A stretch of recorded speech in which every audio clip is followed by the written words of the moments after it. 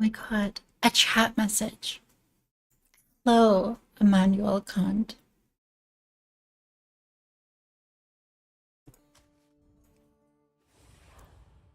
And more chat messages. There were, okay, I'll put in a Discord announcement.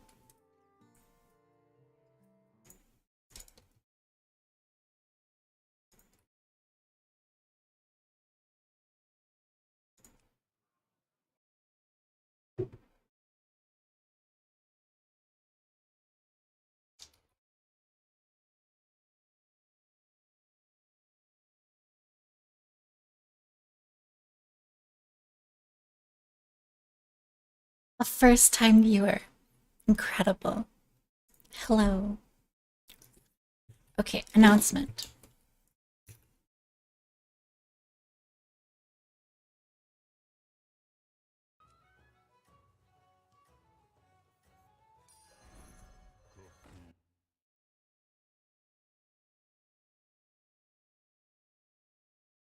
When will I get emotes? Don't you have to be a partner for emotes?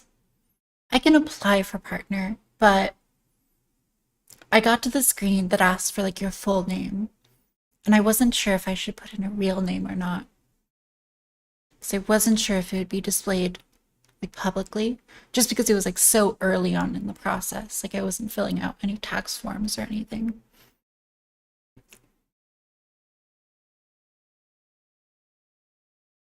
So what I'm probably gonna do is ask someone, be like, "Hey, do you need to put this a real name here?" And the answer is like probably yes.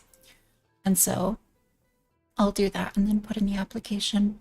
But I don't feel like a ton of pressure to have partner right now.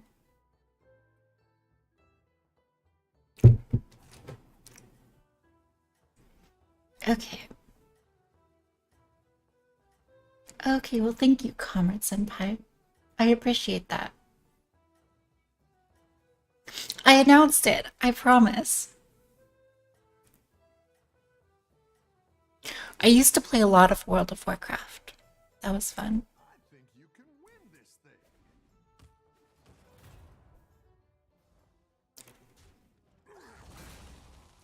Wow. So many chatters. The other day I said that I love Twitch chatters.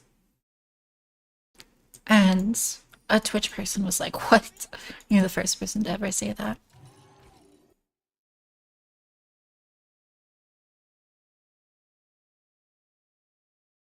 Mr. Girl and Destiny, cool. Oh, nice response. Yeah, I mean, it was an easy response to give because I had already like answered it, which like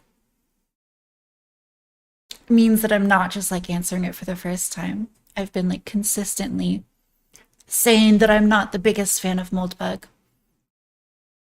I think Yarvin's like interesting, but I think he takes some like good ideas and just runs like way too far with them, basically. Unnecessarily far. I think he does this like throw the baby out with the bathwater thing when it comes to modern political organization.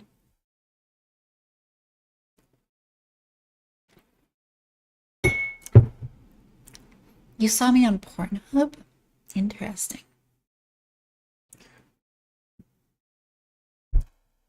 You must have seen me a long time ago, if so. Because they require like official validation now. Destiny debate. Which Destiny debate? I've never played The Witcher 3, or I've played like a little bit, but like I don't like playing The Witcher because you don't get to play as a hot girl. The most recent one. The most recent one was the panel, I think, if you count that as like a debate.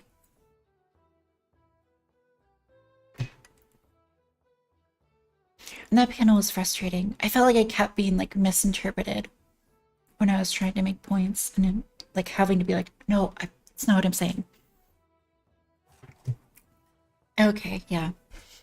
The panel was frustrating. Oh, oh. Yeah, but you mostly play as Geralt.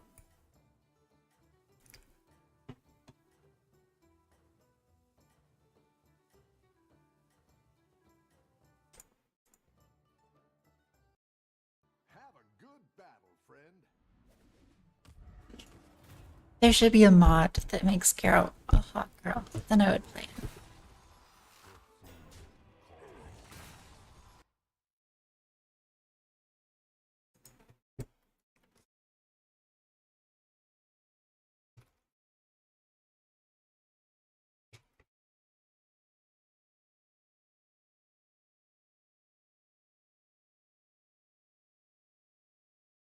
Mm, they did talk a lot. Yeah, I mean, frankly, having like a good, very nuanced take on Ukraine probably takes like a lot of research, and people aren't really willing to do that.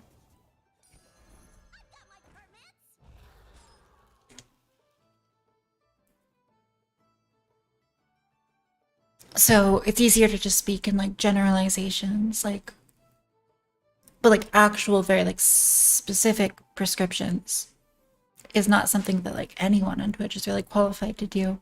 Maybe Dylan Burns, because he like studies foreign policy a lot more. So he could maybe make some like specific recommendations, like they should talk to these people, or like they should negotiate this specific piece of land or this specific ethnic group.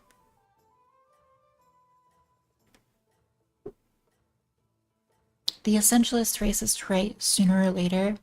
I guess so. I mean, unfortunately, the essentialist racist right is like a big part of the right, which is I want to show to people that like you don't have to play ball with that part of the right wing or be a fan of them.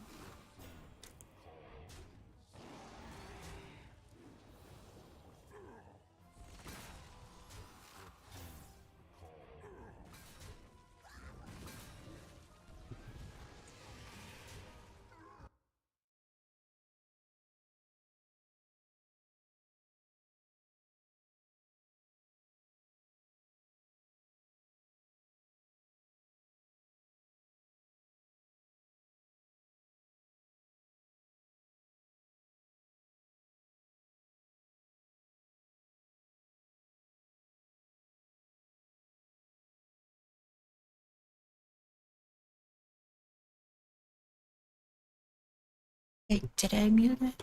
Hmm. No, okay, it's good. I was worried.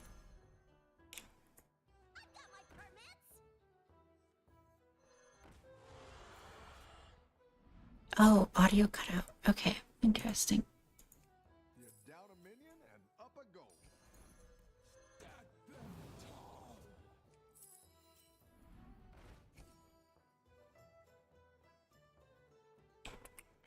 How I can agree with Destiny on most things and call myself center right.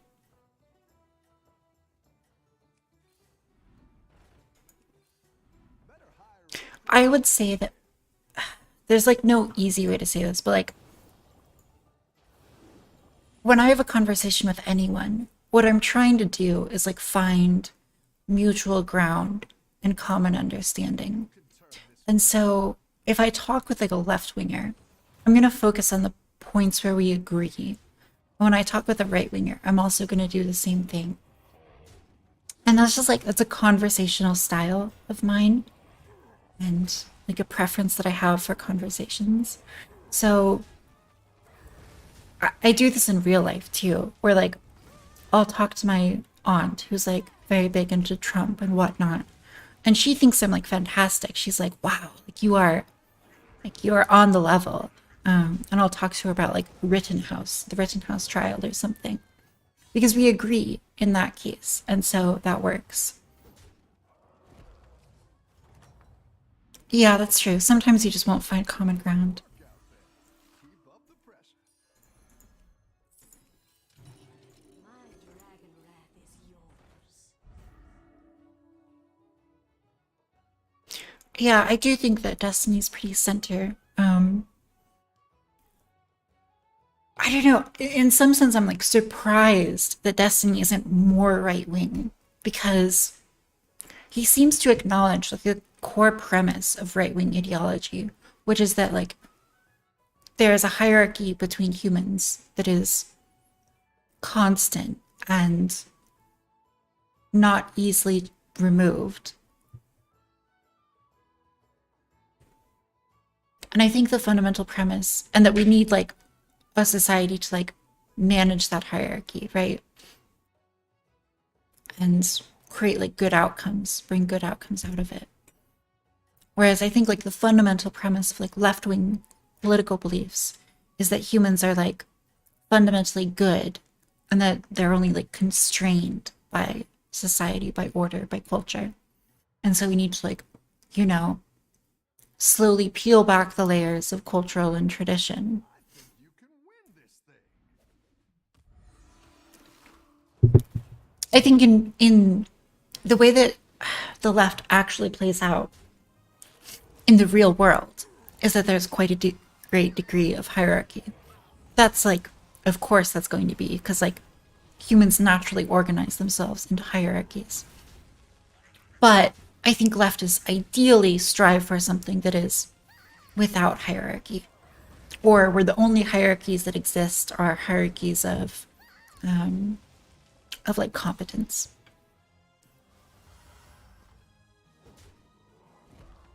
Battle is really raging out there. I should have leveled. That minion Ooh. will get you a triple. Oh, you're moving up in the world.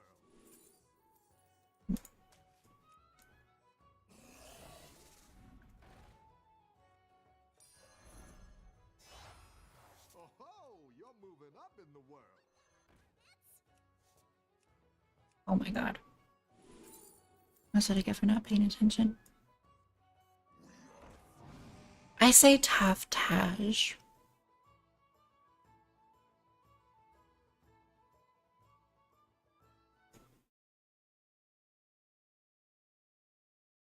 You're leftist and you believe in virtue and appropriate hierarchy. Interesting. Interesting indeed. I I guess like it's a little bit one dimensional to say it's just like a line of how much you believe in hierarchy, because hierarchy is like sort of a proxy for authoritarianism in a sense. If you buy the idea that like humans are fundamentally flawed creatures that need like that need to be prevented from acting like cruel and savage beasts, I think that's like a very right-wing idea. And I think that culture and pretty much everything in society is like set up as a way to prevent people from being cruel to each other, ideally.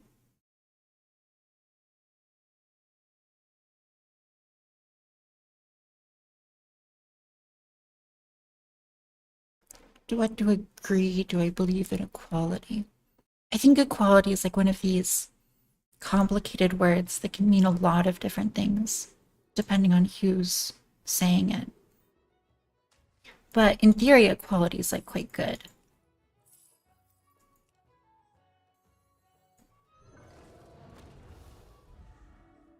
Okay. Better hire a recruit while you can.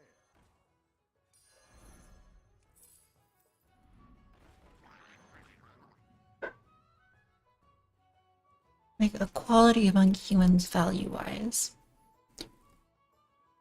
Again, it means like what you mean by equality. Like moral equality, yes.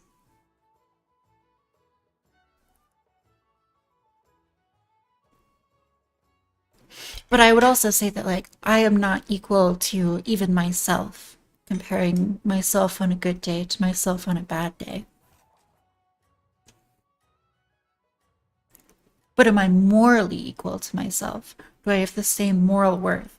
Yeah, pretty much. As long as I'm not like engaging in horrific acts of terrorism or like hurting people, that sort of thing. Or I'm not becoming the kind of person who does horrible acts unto others.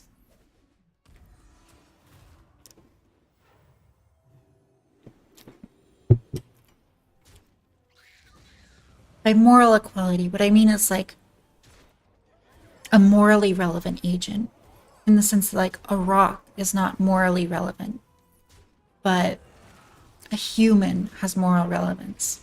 Like a cat has moral relevance.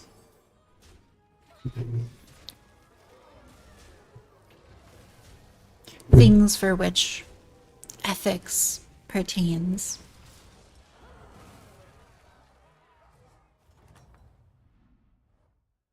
I think you can lose moral worth as well, but it's very hard to do. You have to do like quite a lot to actually lose like moral worth.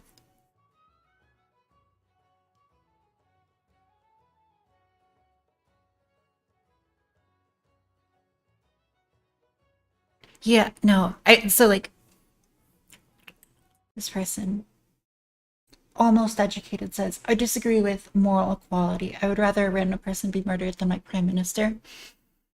Like I would disagree with that. I think that like the moral worth of like a random person and a prime minister is the same.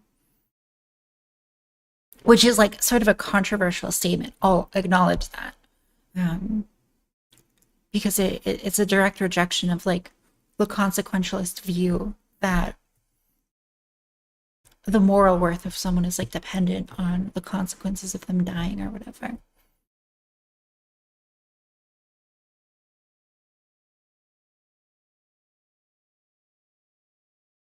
But I would say that like the moral worth is like more dependent on an individual's internal capacity for goodness. And I say like internal because I'm not talking about like external ability to affect goodness necessarily, but very specifically like an ability of an individual to make proportionally good steps in their own lives towards a higher end.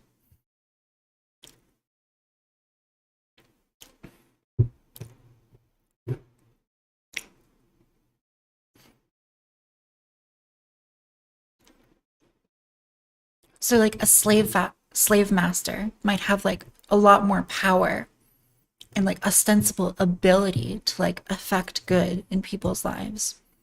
But if they're not doing it, they'll have like moral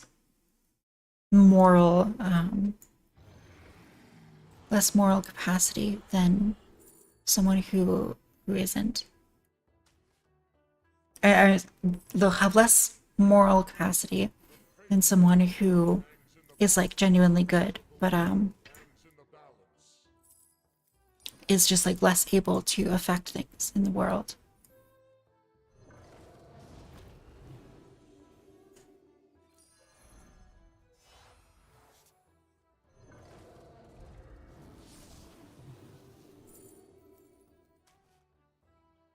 I have sort of like unusual opinions on these sorts of things though as well. At least in like the modern time. Most people tend to be like quite consequentialist. Army you're building, friend.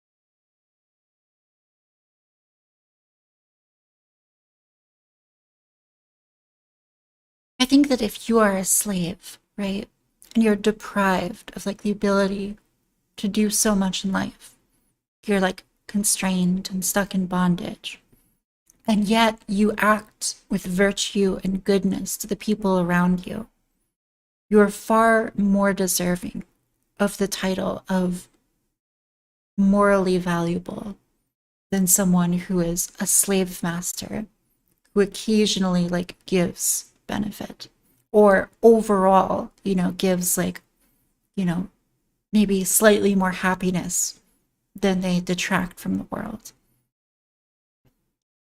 Because the slave master's existence and ability to do good is like fundamentally premised on evil.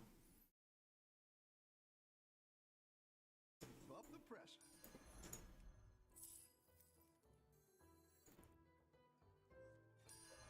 Need a drink? I didn't like that one either. Here's a gold for the trouble.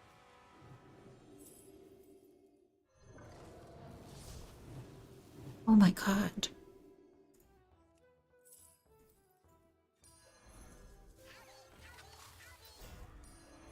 My shield for Argus.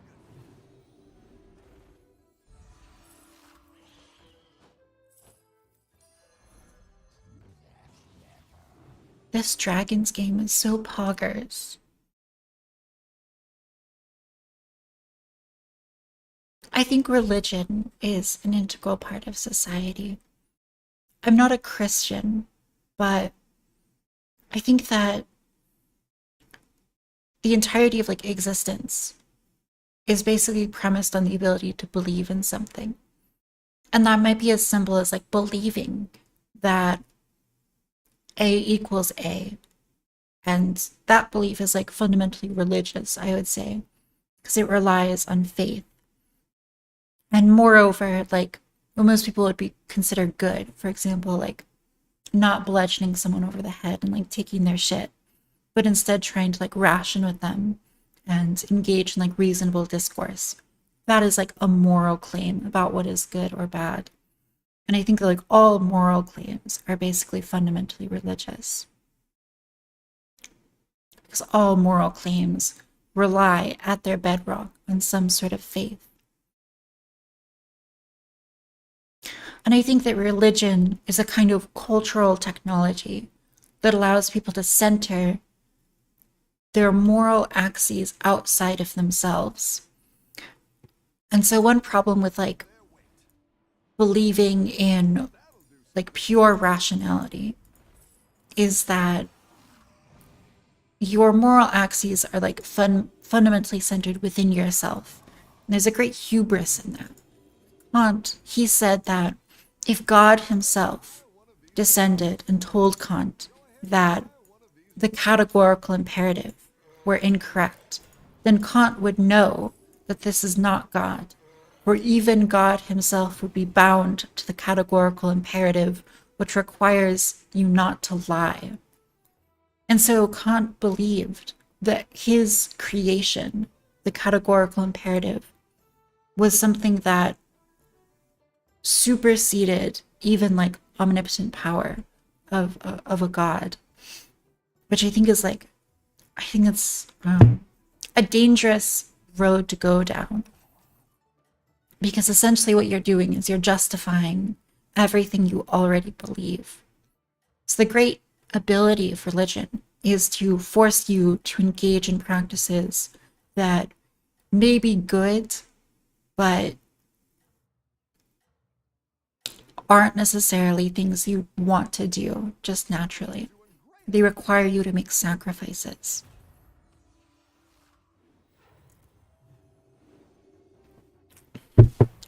So, like, Kant, in his time, had very racist and homophobic beliefs.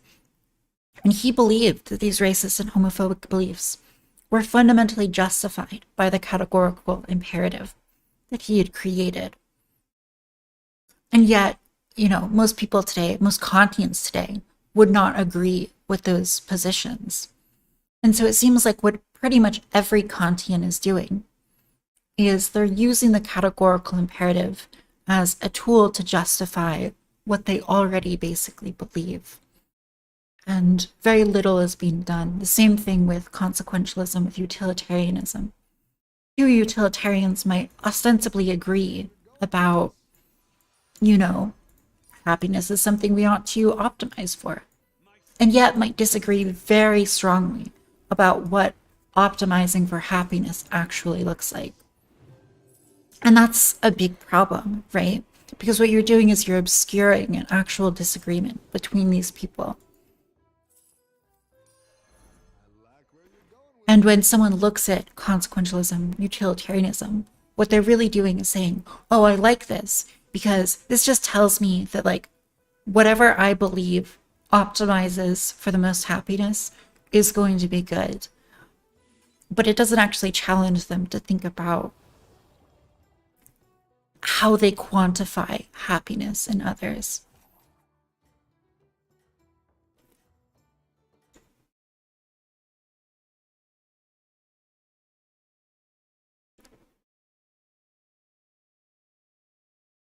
Yeah, Whoosh is a utilitarian.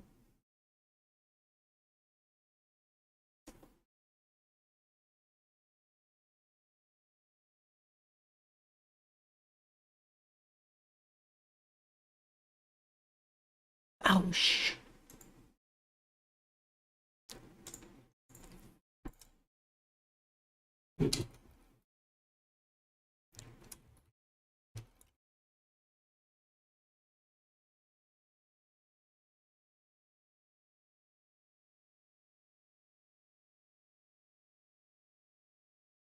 Where do you think the value of religion comes from? This is kind of a complicated question. The value. I would say that religion is like anything else. The value of it is something that you need to have faith in.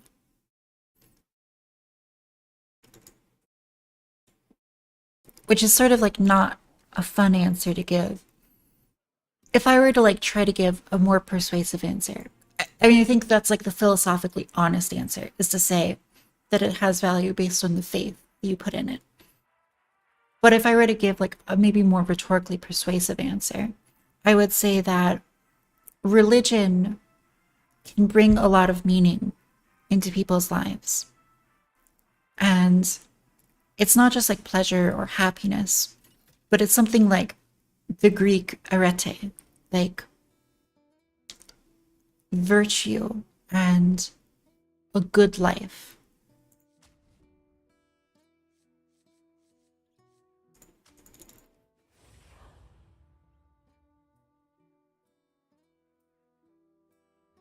I think religion also holds people to standards. Religion could be a good way to have community and meaning, to build friendships, relationships.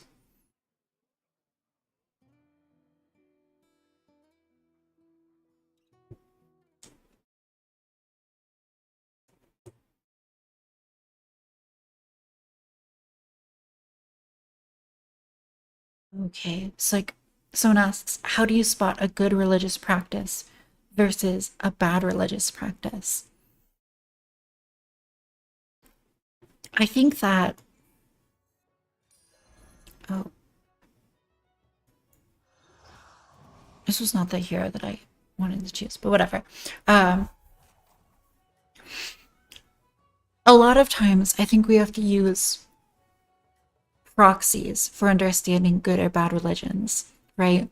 So, like, the ability for religion to survive over multiple centuries and generations and be widely adopted by very many people does not necessarily mean that it's a good religion or that every sect of it is a good religion, but it's a useful heuristic for knowing that a great number of people, your ancestors, who had their own reasons for entering into the religion, decided that it was a good idea. So this might be like one way that you can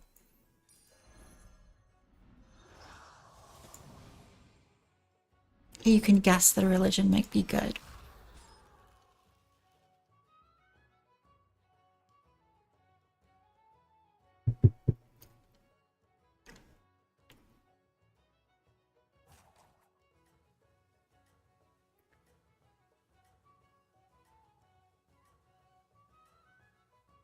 The oldest, most popular? Not necessarily, because I would also say that, like, if a religion is too popular, that can be an indication that the religion has like lost meaning or adapted itself to every person and may not necessarily be a good fit.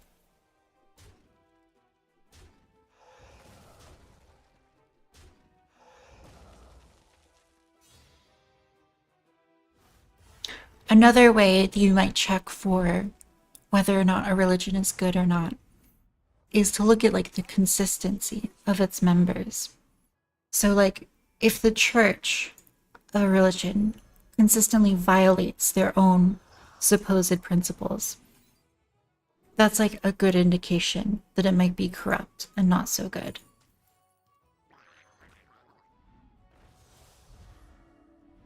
Better hire a recruit while you can. Better hire a recruit while you can. Go ahead and hire one of these recruits. The only thing that religion provides is community. Maybe so. I do think a legitimate criticism of modern religion is that it's not very strict. It doesn't hold its members to like the highest standards. And how do religions evolve, or rather, should they evolve?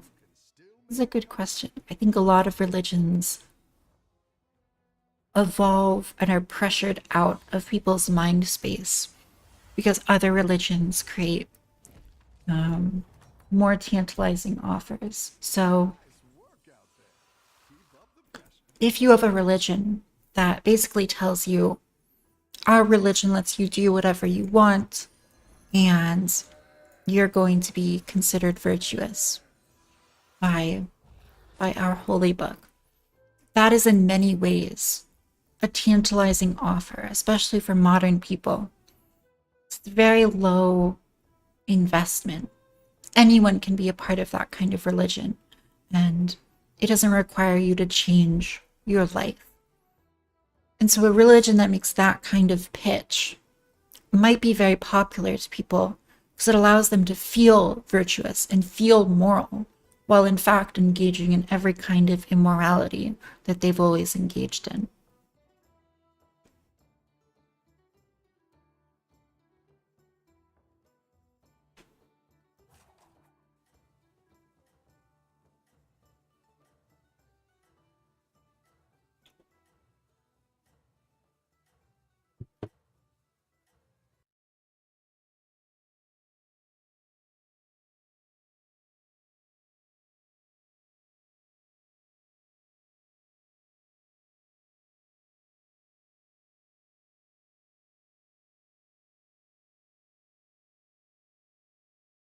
Yeah, I think people are pretty bad at following their religions typically.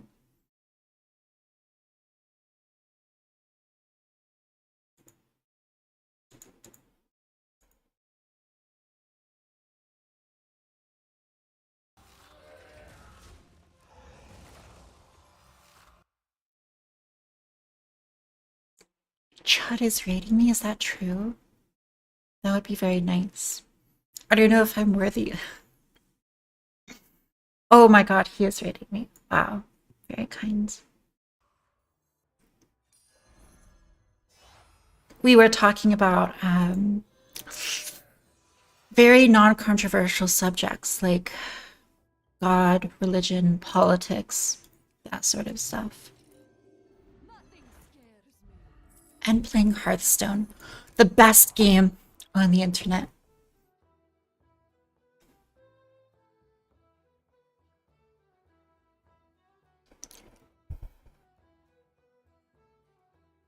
Women and minorities? No. Are you kidding me? In this chat? This chat is for based Sigma men only.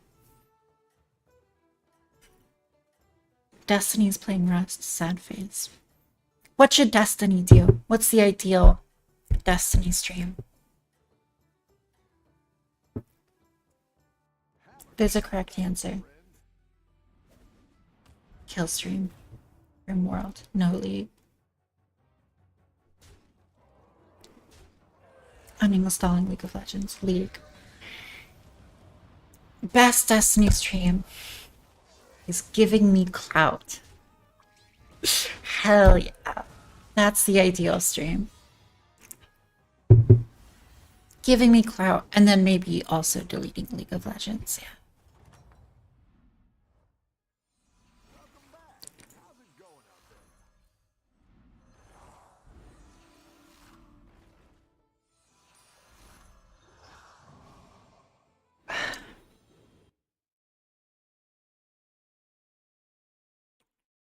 Well, I feel like we should watch a video.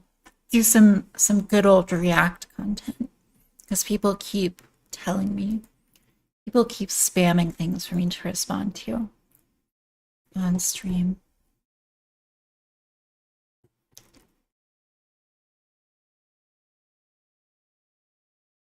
Exactly. Gotta keep chat happy. Chat just rules my life. Everything I do for chat.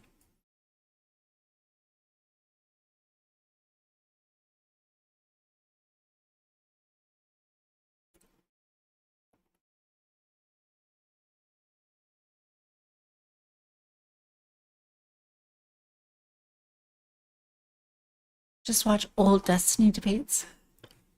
What Destiny debates should I watch?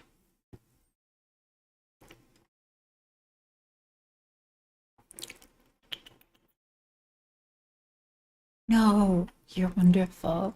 Don't ever talk bad about yourself, chat. No, I'm not gonna read meditations. That would be so boring.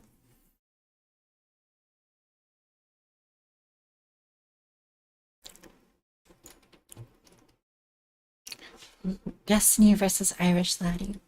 Old school. I'm gonna do more Venezuela content. I know like so little about Venezuela. I feel like I just need to read like books about it. Or like read the Wikipedia page and then watch videos. My problem with watching a lot of videos on like politics stuff is that I just feel like I can't tell if people are like lying or not if I don't have the background knowledge.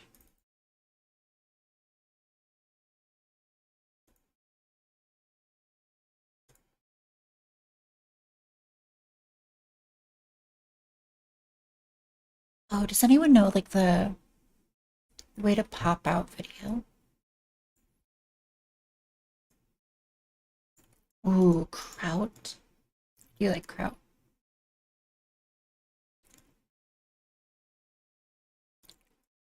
We could also watch short fat otaku videos. Because I like him.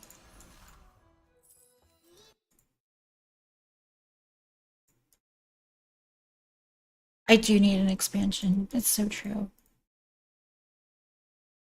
We're gonna hide my cleavage.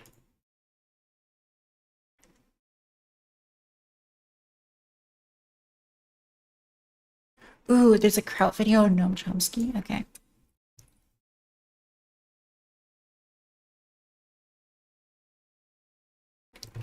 This video is an opinion piece and therefore deliberately unmonetized.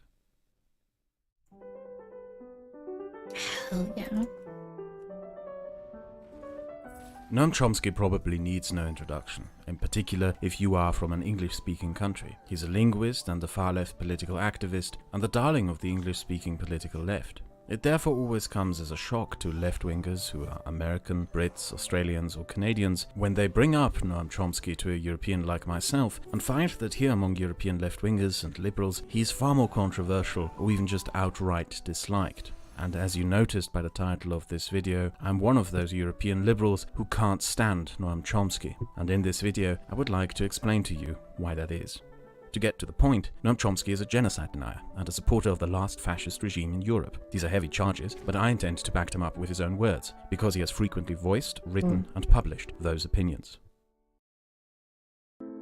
I do feel like I remember seeing some controversy about this video. The genocide he denies is the Bosnian genocide, and the fascist regime he defends is that of Slobodan Milosevic's Serbia. In case you do not know what either of these were, there used to be a European country called Yugoslavia, a multi-ethnic socialist federation which collapsed at the end of the Cold War. Most ethnic groups formed their own states, and riding a wave of nationalistic frenzy, many of these states went to war for land. The resulting wars, called the Yugoslav Wars, are notorious for what became known as ethnic cleansing. Armies forcibly removed entire Not populations good. from regions either by driving them off or by mass murder, to then claim these lands for their own respective countries. It is important to note that all Balkan countries in this war committed war crimes. However, the forces of the Republika Srpska committed the most and the worst. The worst of these war crimes occurred in Bosnia. During the Serb invasion, the same scenes transpired from town to town. Serbian forces would gather together all Bosniaks and Bosnian Croats, shoot them, and dump their bodies into mass graves and rivers. Women as young as 12 were driven together into what became known as rape camps, usually hotels which were repurposed as military brothels, where those girls and women were forced into sex slavery for Serb soldiers. These scenes repeated themselves from the very beginning of this war in Doboj, Biljina, Brčko, Foča, Visegrad, Prijedor, Bijeli Potok, Uzorak,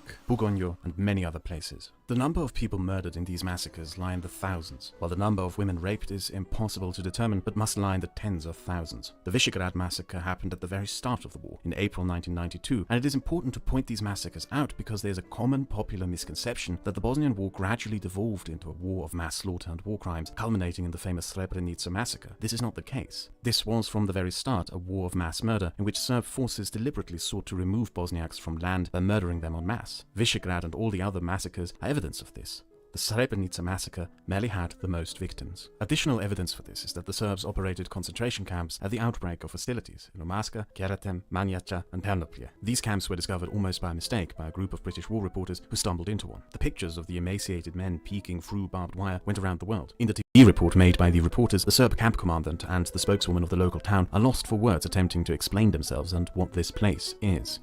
No, this is not the camp, this is the center. The transit center.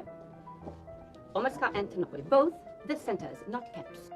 The international outrage after the publication of this report was so big that the Serbs were forced to shut down these camps. The Keretem camp continued operating for 2 years until 1994, but the rest of these camps barely operated for 2 months, in which time several thousand Bosnians were interned there, and several hundred murdered through starvation, mistreatment, torture, and mass executions. I should note that there are 2 different legal interpretations here concerning the Bosnian genocide. One only considers the Srebrenica massacre as an event that qualifies as a genocide, while the previous massacres constitute crimes against humanity in a build-up to a genocide in Srebrenica. This is the position held by the International Criminal Tribunal for former Yugoslavia, and I disagree with that interpretation. The other interpretation is that the concentration camps run by the Republika Srpska and the massacres committed by Serbian forces in the 3 years leading up to Srebrenica are evidence that the intent to commit genocide was there from the beginning of this war, and that these massacres and the concentration camps were therefore part of a wider genocide. This is the position taken by the European Court for Human Rights and the German Supreme Court, and it is the interpretation that I agree with.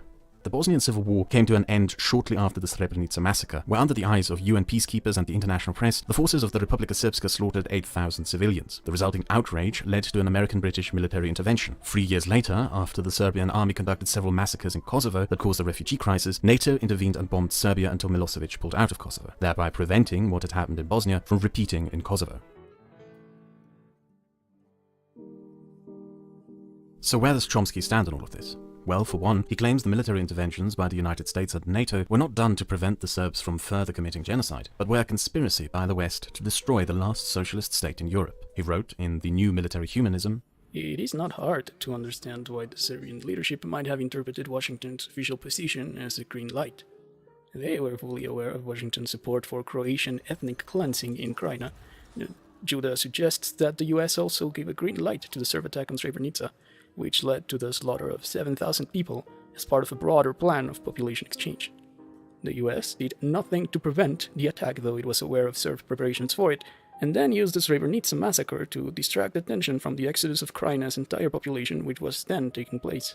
He would later add to these claims by asserting that no Croatian would ever face charges for Operation Storm because the Croatians had the support of the Americans and NATO. This claim is false. Numerous Croatian military commanders were sought after, arrested, trialed, and sentenced for the crimes they committed during the Yugoslav wars. Sadly, those tried for their involvement in Operation Storm were acquitted on appeal, but that does not change the fact that they were charged and sought after. Bosnians have also been trialed, and Bosnian war criminals are being trialed to this very day, as well as Kosovo Albanian war criminals. There was no conspiratorial war crime favoritism, and the reason why so many more Serbs were tried for committing war crimes than anyone else simply is that the Serbs committed more war crimes.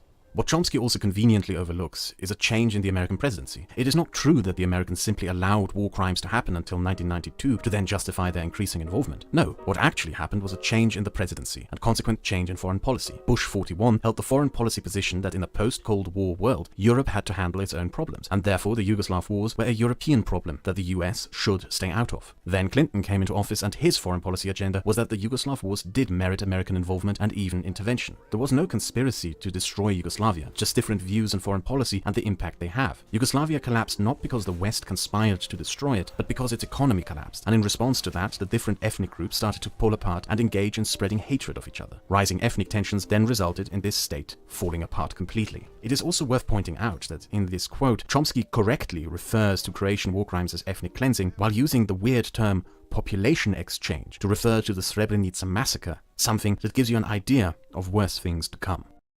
I have heard that the interventions in Bosnia and Kosovo are good examples of like effective US intervention overseas and a good way of challenging the idea that US intervention abroad is always bad. I wonder though if part of this is like Kraut, I guess he's German, right? I would bet that like it's looked at differently in Europe versus in America, where Americans feel like less responsibility for people quite far away, whereas Europeans are going to naturally feel more kinship for those people being genocided.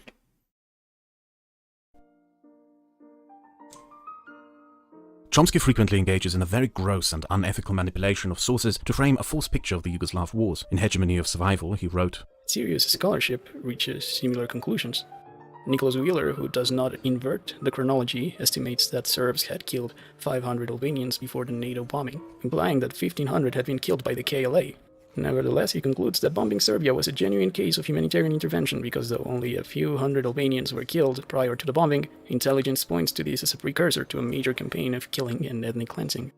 His very source, written by Nicholas Wheeler, states only 500 Kosovars were killed, without any delineation to who killed them or what ethnicity the victims were, the full quote being, It is estimated that some 500 Kosovars had been killed and 400,000 displaced in the year leading up to NATO's action. But the justification for intervention was that without it, many more Albanians would have been killed and forcibly driven from their homes. In a New Statesman interview in which he defended Slobodan Milosevic against genocide accusations, he again intervention invoked the conspiracy is seen theory very of how the West possibly, yeah. supposedly conspired what to I'm destroy guessing. Yugoslavia by saying, So, later they added charges But I against don't know. Milosevic about the Balkans, but it wasn't going to be I an easy haven't seen case to make. polling data. The worst crime was Srebrenica, but unfortunately for the International Tribunal, there was an intensive investigation by the Dutch government, which was primarily responsible. Their troops were there, and what they concluded was that not only did Milosevic not order it, but he had no knowledge of it, and he was horrified when he heard about it, so it was going to be pretty hard to make that charge stick. this is not true. Chomsky is lying about what his source says. Again, the report by the Dutch Institute for War, Holocaust and Genocide Studies actually says, It is also not known whether Milosevic had any knowledge of the continuing Bosnian Serb offensive that resulted in the occupation of the enclave. After the fall of the enclave, Milosevic made no mention to that effect to the UN envoy, Thorvald Stoltenberg. He was too much of a poker player to reveal anything. On the other hand, Milosevic did express himself clearly later in 1996 when he dropped the question to a group of Bosnian Serb entrepreneurs as to what idiot had made a decision to attack Srebrenica while it hosted international troops, when it was obvious that in any event, the enclave would eventually have been bled dry or become depopulated. It is not clear to what extent that statement had been intended to clear his responsibility for those events. in the same New Statesman interview, Interesting. he also said, The bombing was undertaken with the anticipation a explicit different that it tone, was for going to sure. lead to large-scale atrocities in response, as it did. Now, there were terrible atrocities, but they were after the bombings. In fact, if you look at the British parliamentary inquiry, they actually reached the astonishing conclusion that until January 1999, most of the crimes committed in Kosovo were attributed to the KLA guerrillas. which is another lie about his source, as the report he is referencing is talking about ceasefire breaches. The British parliamentary report further goes on to state, The Kosovo Albanian population, who were suffering greater atrocities than the Serb population, and KLA attacks were mostly focused on Serb policemen, while Serb action often focused on unarmed civilians. This is something completely different from Chomsky's claim that this report proved that the Kosovo Albanians committed more war crimes than the Serbs. Chomsky just lied, and then lied about the source to fake an impression of credibility in his claim. I would like to take a moment to point out what Chomsky does here. He bases his arguments on a source, but upon inspection it is revealed that he continuously lies about what those sources actually contain. Or at This least is is highly misrepresenting unethical them. behavior, in particular Yeah. as it has the potential to damage the credibility of those who wrote the reports he uses as a source, something Chomsky is apparently willing to do in his quest for genocide denial. And let us just take a step back here for a moment to just compare Chomsky's claims on Kosovo to what was actually happening on the ground in 1998. Chomsky's claim is that the Americans bombed Serbia to encourage Serbs to commit crimes in Kosovo, and thereby start a refugee crisis that could be used by the West to justify further intervention. In short, they conspired to create the crisis they then used to justify military action. The truth, though, is that before the NATO bombings, hundreds of Kosovo Albanians had been murdered in massacres. Thousands of Albanian homes had been burnt to the ground in attempts to drive their inhabitants away. We know that 40,000 Serb troops had gathered at the border to Kosovo, preparing for a new offensive. We know that the Serb police had kill lists of Albanian community leaders and intellectuals to murder once the invasion started. There were already 400,000 Albanian refugees on the run before the NATO bombings began, and with all of what I listed, keep in mind that this was only 3 years after the worst genocide in Europe since the end of the Second World War. This is why Serbia was bombed, so that they could not commit another genocide in Kosovo. The number of refugees leaving Kosovo after the NATO bombing is 400,000. That is the same number of refugees that had been created by Serb military actions, displacements, and massacres, not more and not less. But what is far more important, the NATO bombings put an end to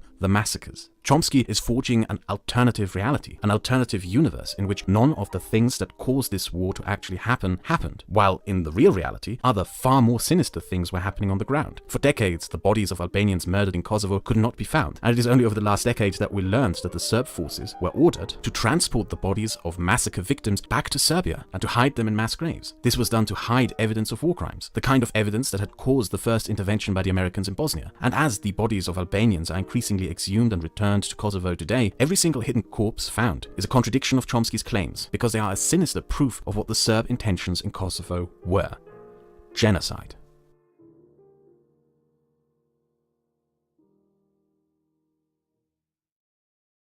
This seemed But to pretty kill, bad.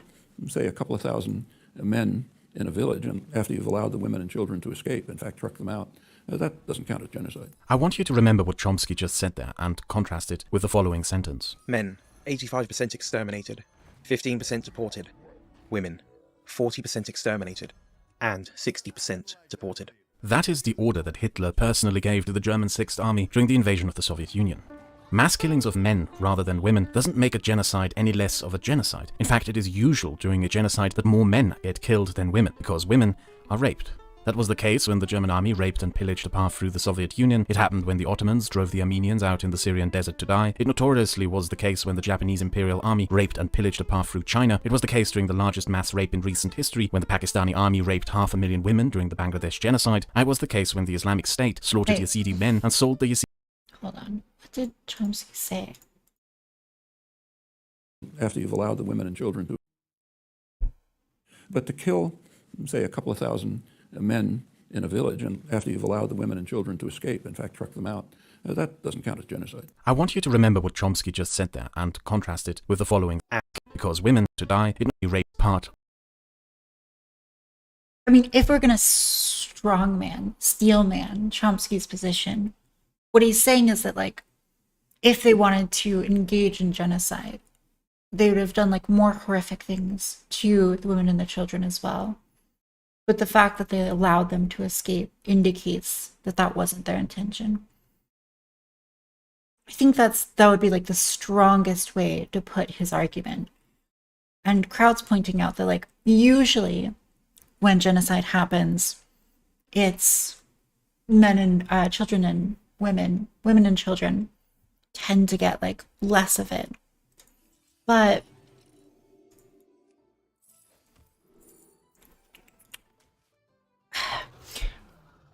and so I guess, like, the question would essentially hinge on, like, did women and children simply receive less damage, or did they receive, like, no damage? And I would guess that they were still treated brutally. That's my guess. of genocide. There's even a term for it, genocidal rape. And anyone who ever read even a little about genocide would know this. I'm pretty sure that Chomsky knows this. He just chooses to ignore it in this case because he has sympathies with those who committed the genocide. We have the testimonies of women raped in Srebrenica, and we know that tens of thousands of women were raped by Serb forces throughout the war, forced into sex slavery in military brothels. Chomsky's framing of the fact that the majority of victims in Srebrenica were male as supposed evidence of this being a regular act of war, or as he calls it, a population exchange, is cynical, gross, and repulsive. There is no justification for slaughtering 8,000 civilians. Period. What is even more curious here is that what Chomsky is saying is almost the exact same line that Radislav Kristic, a convicted war criminal and one of the commanding Serb officers during the Srebrenica massacre, used as his defense during his war crimes trial, on which the judge ruled, The offence of genocide does not require proof that the perpetrator chose the most efficient method to accomplish his objective. The deliberate decision to kill the men was a decision taken with complete awareness of the impact the murders would inevitably have on the entire group. What Chomsky has to say about Srebrenica crosses into genocide denial, and it is that dark place where he chooses to remain. Chomsky's alternative theory, and what he wants you to believe, is that the Srebrenica massacre was a simple revenge killing by Serbs, done in retaliation for war crimes committed by Bosniaks. Srebrenica was an enclave lightly protected by UN forces, which was being used as a base for attacking nearby Serb villages. It was known that there's going to be retaliation. When there was retaliation, it was vicious. They trucked out all the women and children, they kept the men inside and apparently slaughtered them. The estimates are thousands of people slaughtered.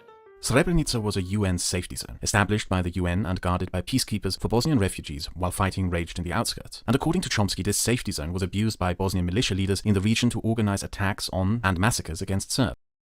I do think that Chomsky tends to do this thing, which is maybe not so good, where he feels this need to justify everything as this intervention is bad unilaterally with no redeeming good. A stronger argument that Chomsky might be able to make here is just that even in the best case for intervention, it's still incredibly murky, and there are difficulties with telling what the better outcome would have been or what outcomes could have happened if intervention didn't occur. And that's a lighter, softer approach to this, to making this argument, that maybe doesn't require going so far with it.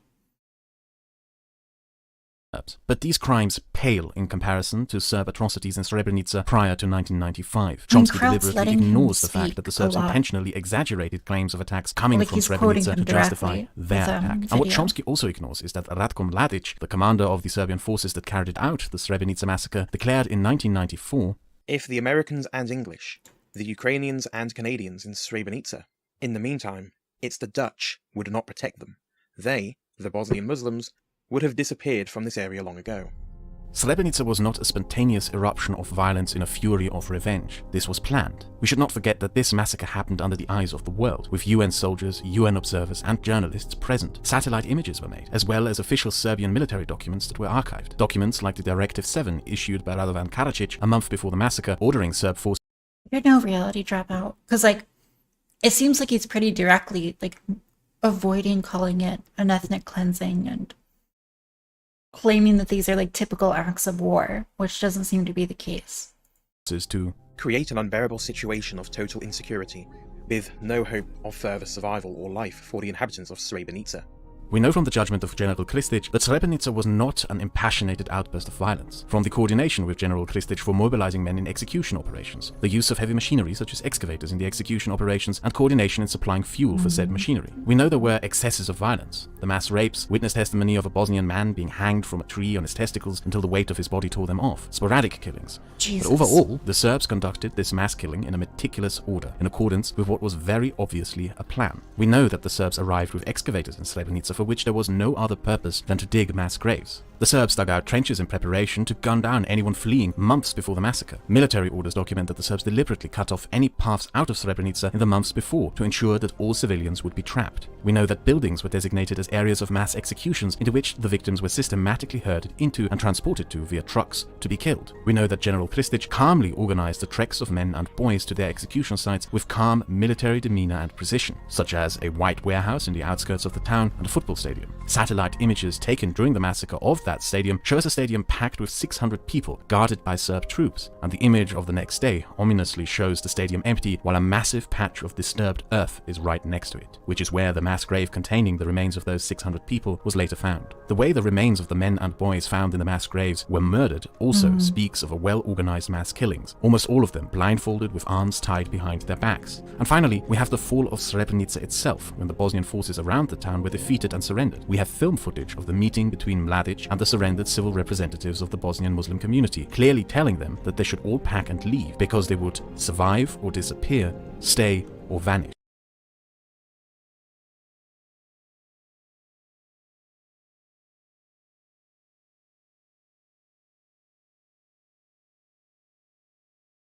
What is Chomsky's definition of genocide? We know that the Serbs organized hunting parties and took positions in trenches to track down, hunt down, ambush and kill any columns of Bosniaks trying to flee the massacre. To this very day, human remains and torn up clothes are found along the road leading out of Srebrenica, where those trying to flee were gunned down. We know that the Serbs returned in the summer when they realized that there were satellite images of what they had done and dug up the mass graves and tried to get rid of the bodies, which, ironically, was also photographed by satellites, thereby leading investigators to the secondary mass graves. All of this is overwhelming evidence that this was a planned and carefully executed mass murder, and not a spontaneous eruption of revenge killings as Chomsky claims. And I am not even touching the surface here. The mountain of evidence is enormous. Keep in mind that the people who committed these crimes were all tried, found guilty, and sentenced for the crime of genocide. The case that this was a genocide is watertight. There's only one man connected to Srebrenica who spoke of Pretty sure Noam's claim that it wasn't a genocide was a semantic one. Thinks he has clarified before. Right. I mean, let's see, I'm gonna look at. If someone wants to link, like, Chomsky's definition of genocide and his reasoning for why he uses, like, a particularly strict definition, that would be interesting. revenge during this massacre, the general who ordered it, Mladic. On the eve of yet another great Serb holiday, we give this town to the Serb people as a gift. Finally, after the rebellion against the Derhis, the time has come to take revenge on the Turks in this region. What Mladic talked about here, the Dahis, is a Serbian rebellion that was crushed by the Ottoman Empire in the 1870s. In his deluded mind, he was taking revenge against the Ottoman Empire, a state that ceased to exist 80 years before, for something that had happened 130 years ago, by murdering civilians who were not Turks and were not even born when the Ottoman Empire still existed. Far from just being a lie, by pandering to the notion of this violence being legitimized through revenge, Chomsky panders to the dangerous far-right nationalist delusions of national revenge through war that not only caused the first genocide in Europe since the Second World War, but also many genocides before. The truth of the matter is that Srebrenica was an important strategic crossroads in the plan of creating a greater Serbia. The truth is also that in the years leading up to Srebrenica, massacres happened all around the immediate region, showing exactly what the Serbs had intended to do. The way Chomsky tries to escape the burden of truth is by the manipulation of language and word games over definitions. And then they carried out a lot of atrocities. The Serb forces did. The Serb, yeah, we don't. I mean, it's called genocide. And I don't use the word genocide much. I think it's, the way it's used strikes me as a kind of Holocaust denial. I mean, to use genocide when you kill a bunch of people you don't like, that demeans the victims of the Holocaust, I think. So I rarely use the word. I don't think it's used properly. Chomsky reframes what genocide is and redefines it, and asserts that it can only be genocide when it conforms to his definition of what a genocide is, and according to him, genocide is only when it is exactly like the Holocaust. Well, the problem with that is that the Holocaust is in fact the exception in the history of genocides, the industrialization of murder, the means by which the Nazi state built up an entire government sector and bureaucracy dedicated. Yeah, so like I'm reading this article now. But how has the concept of genocide become, as you state, politically vulgarized? And why is it dangerous to politicize the concept of genocide? Well, genocide had a meaning in its very early stages. I mean, it is not a matter of definition, but a way it was understood. Genocide meant what the Nazis did to the Jews, for example. That was genocide. By now, the term is used so broadly that people even talk about committing genocide against 5 people, or a massacre somewhere with a couple hundred is called a genocide. And in fact, it is used in a very restrictive way. We use the term genocide to refer to the atrocities committed by someone else, not our own. Let us take a real case, the Clinton and Blair sanctions of Iraq. That actually was called a genocide by distinguished international diplomats. Dennis Holliday, who resigned in protest because he said they were genocidal, and Hans Christoph von Sponeck, who followed him, resigned on the grounds that the sanctions amounted to genocide.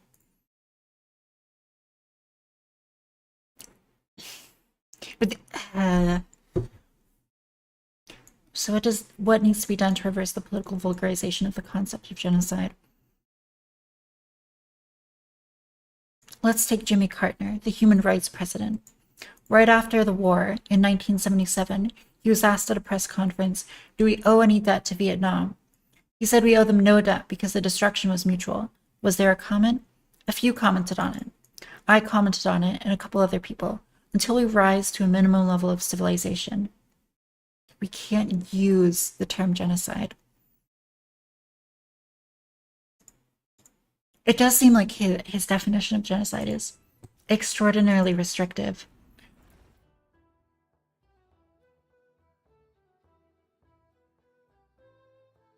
I think if the claim was only that some people vulgarize the term, that would be plausible.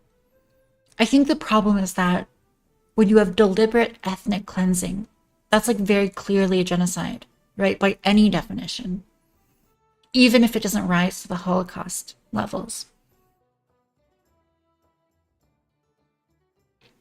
And it seems to be, if anything, better to slightly, overstate how bad ethnic cleansing is than understate it. Because ethnic cleansing is such a unique evil that it does truly deserve a uniquely evil word to describe it, to capture it.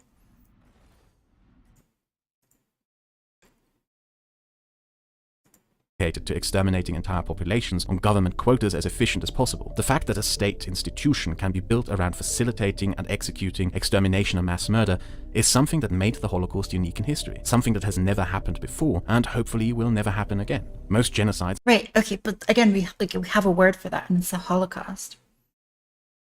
But we're talking about genocide, and he's denying that it can be considered genocide. I think if you were denying that it could be called the Holocaust, that would be reasonable, because the Holocaust is a specific event. But he's using the term genocide here, which I think is much less defensible, or he's refusing to use the word genocide, which is less defensible.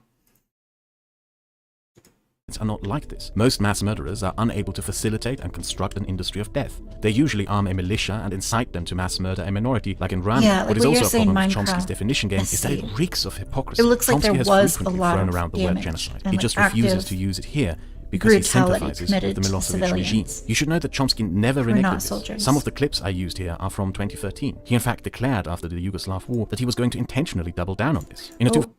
I am late. Okay. Okay.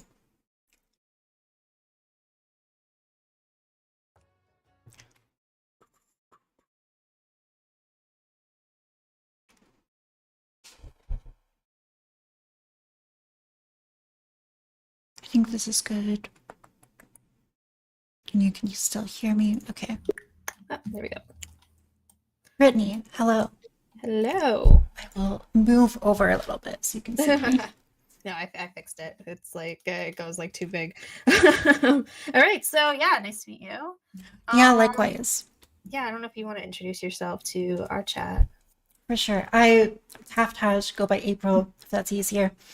I talk about politics. I consider myself moderately center-right, and I try to model a version of right-wing politics that is maybe not so associated with some of the toxic elements of it, just to indicate to people that you can really believe in right-wing politics and some of the foundational virtues of it without being a racist or without being one of the many things that liberals will throw as accusations for why you shouldn't adopt conservative beliefs. So are you more like economically conservative then and just socially liberal? I would say that I'm economically conservative. As far as like socially liberal, in a sense, I would say that like I'm very skeptical of like the modern liberal project and its demands that people continually atomize and individualize themselves. And so there is like an element of social conservatism which I find appealing, and part of that is like a recognition of like the small virtues of conservatism as valuable, and the sense of like temperance and frugality and those good things that are worth pursuing, even if like in lieu perhaps of demanding that the state provide those things for you. So that's kind of my political background. I watched a debate with you and Xander Hall on something called the Little Timmy question. Well, I don't know if we called it that, but we do. I tend to get into that whenever I talk to these people. What is your understanding of the Little Timmy question? Just so we're on the same page, and why do you think it's important? Do you want me to explain what the Little Timmy question is, basically? Okay. So, yeah. So, let me tell you. So, Little Timmy is basically what red pilled me, because it was a hypothetical that made sense to me, since I feel like I've had some of these views, and I know people I've talked to have a lot of these views. So, Little Timmy is basically a hypothetical white kid that is in a classroom. I mean, it's like a classroom, but when people start talking about, oh, like everybody gets bullied, it's not literally going to be a kid being bullied. It's just kind of like a stand-in for something broader, yeah. right? So basically, he's in a classroom with a bunch of minority groups that have been getting pumped with a lot of propaganda, a lot of our history too. And when you hear that with slavery and Jim Crow and critical race theory and all these like horrible things that white people have done, to the point where now white people even hate white people, and there's really nothing more unifying than a common enemy. That now that like little Timmy is going to be the only white person, I don't think it's going to be a good future for him, as people have now this like hatred, and seems like there's like this racial revenge type of thing festering in people. And so that's what has kind of started it and started my little process.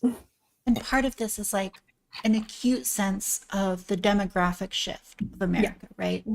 Where right now, white people have a lot of power in institutions, but just also because of like numbers, right? And so if you have like suddenly in the future a classroom or any kind of environment, a work environment, whatever, where a white person is the minority and everyone else believes that like white people are, horrible, evil, monstrous, they've committed these great atrocities, it seems like we are legitimizing a great deal of, abuse towards those white people. In fact, I don't know if you saw this, but I think it was the ADL who changed their definition of racism. Yeah. I did see that. Mm-hmm. And so, I mean, this is like a fantastic example where it's like even the kind of basic premise that like, well, racism is like prejudice plus power is in many ways like, I think kind of a nonsense definition. Because if you take like most people in America who are like virulently racist, it's not the people who are like running CNN or big media companies or, running for office. The most like virulently racist people are probably people with like relatively little power who feel incredibly excluded by society and are therefore pushed to the margins. So I want to start this discussion by conceding a lot of ground to you. And that's by saying that like, I think that if you combine these things, these two trends of demographic shift and the propaganda that tells people that, being racist to white people is fine. It's not even considered racism. It's something else. It's maybe prejudice, but it's not as bad. Combine that with a sense of like historical knowledge that says that white people are like these great enslavers and oppressors. I think if you combine these trends, you end up with something that is quite bad. So I agree with you. I agree that like critical race theory is bad. And I agree that this could be a problem in the future. But what I disagree with is where people take this. And a lot of people will take this as justification for, like closing down the borders or hating minority people or seeing people as essentially like tribal, and therefore the divisions between racial groups as something that is immutable. People will make the argument that, well, because eventually people will minority people will outnumber white people. What we need to do is we need to like close off, focus on our own group, and really make sure that we have the best outcomes for ourselves. Okay. And I think that maybe instead of taking that tact, the optimal place to go with it is to say that, well, clearly there's going to be a problem, but the problem is not with minority people themselves or some inherent, tribalism between groups, but in fact, this kind of progressive project in the propaganda. And so I'd focus on that part. And I would say that if you're able to clamp down on that progressive propaganda that is teaching people that white people are evil or that racism against white people isn't bad, and instead you are advocating for a race-blind, color-blind society, right, where people of all races can come together and work together, if that's really the messaging from the state and from the educational institutions, as long as you're doing away with this like sense of political blackness that like Kimberly Crenshaw talks about, then I think we can come to a better world. And that's maybe a little bit more moderate of a position. And I think a more realistic position than trying to section off into racial groups. Do you really think that we could have a where everybody is colorblind? I mean, even if we were to do all the things that you are talking about doing, it seems like the wheels are already in motion. The damage is already kind of done, where this is like coming whether you want it or not. It's already actually happening right now. How would you be able to stop that from what people are already feeling? And I think it has to happen in education and in conversations like this. Because I think the culture flows from the intellectual class, and the insistence that we racialize ourselves, this is like the right-wing response a lot of times, I think is something that pushes away liberals who might otherwise be on our side. And the pitch that no one should be judged for the color of their skin is something that's very appealing to most Americans, right? Most Americans don't want to racialize. They don't want to separate into these racial groups, particularly most white Americans. So if you look at like breakdowns on racial opinions, it tends to be that like white people are the least willing to engage in this kind of identity politics and this kind of, focusing inwards towards their own racial group. Other racial groups are maybe a little bit more willing to do that. Right. So if you want white people to work with others to create like a better future for everyone, the solution is certainly not to try to get white people to have some sort of racial consciousness, because we don't have the ball rolling on that. And there might be like other arguments as well, as far as like, the ethicalness of engaging in that. But just to speak to your concept of like the practicality, I would say the practicality of getting white people to have racial identity consciousness is much less likely than the ability for white people to really push for a colorblind, race-neutral world. Sorry, I'm gonna. Can you give me like 2 seconds, really quick? Yeah, you're all good. Sorry. Shit.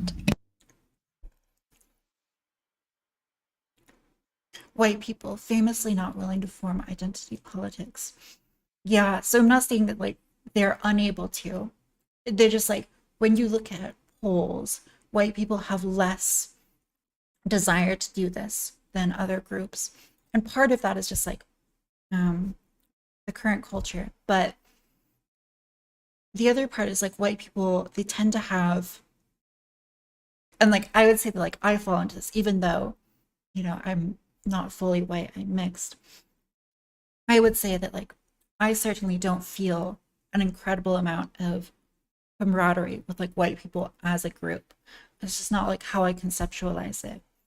And there's maybe like more pressure for minority people to conceptualize the world in this way, particularly if a minority person is experiencing like a great deal of racism, it might make sense for them to see like, oh, okay, I need to work with my own group to make sure that I'm able to advance my sort of political agenda, which would mean like protections against that racism.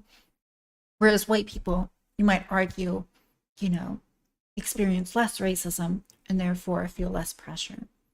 That would be at least the progressive argument for that.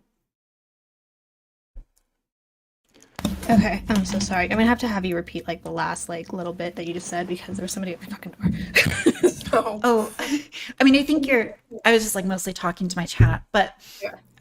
I think like from a practical before I left. perspective, I mean, it doesn't yeah. make, I'm sorry? Before I left, like the last like 10 seconds of what you were saying. Okay, just from a practical perspective, you're not going to get white people to unite as a racial group because white people tend to not, and we look at like the polling, tend to not have a great deal of racial cohesion.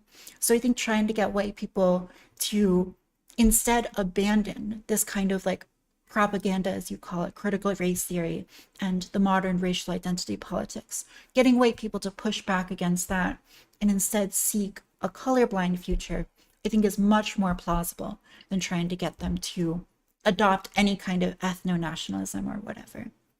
Okay. But do you think that like even if we did all that, I think I said this, even if we did all that, I mean, clearly the fact that you're like saying that white people are the only group that really doesn't go after their own self-interest shows you that I think I think it was said on our channel yesterday that like 55%, I think it was Fuentes who said it, 55% of white people are okay with like the propaganda that's being pushed and stuff against white people.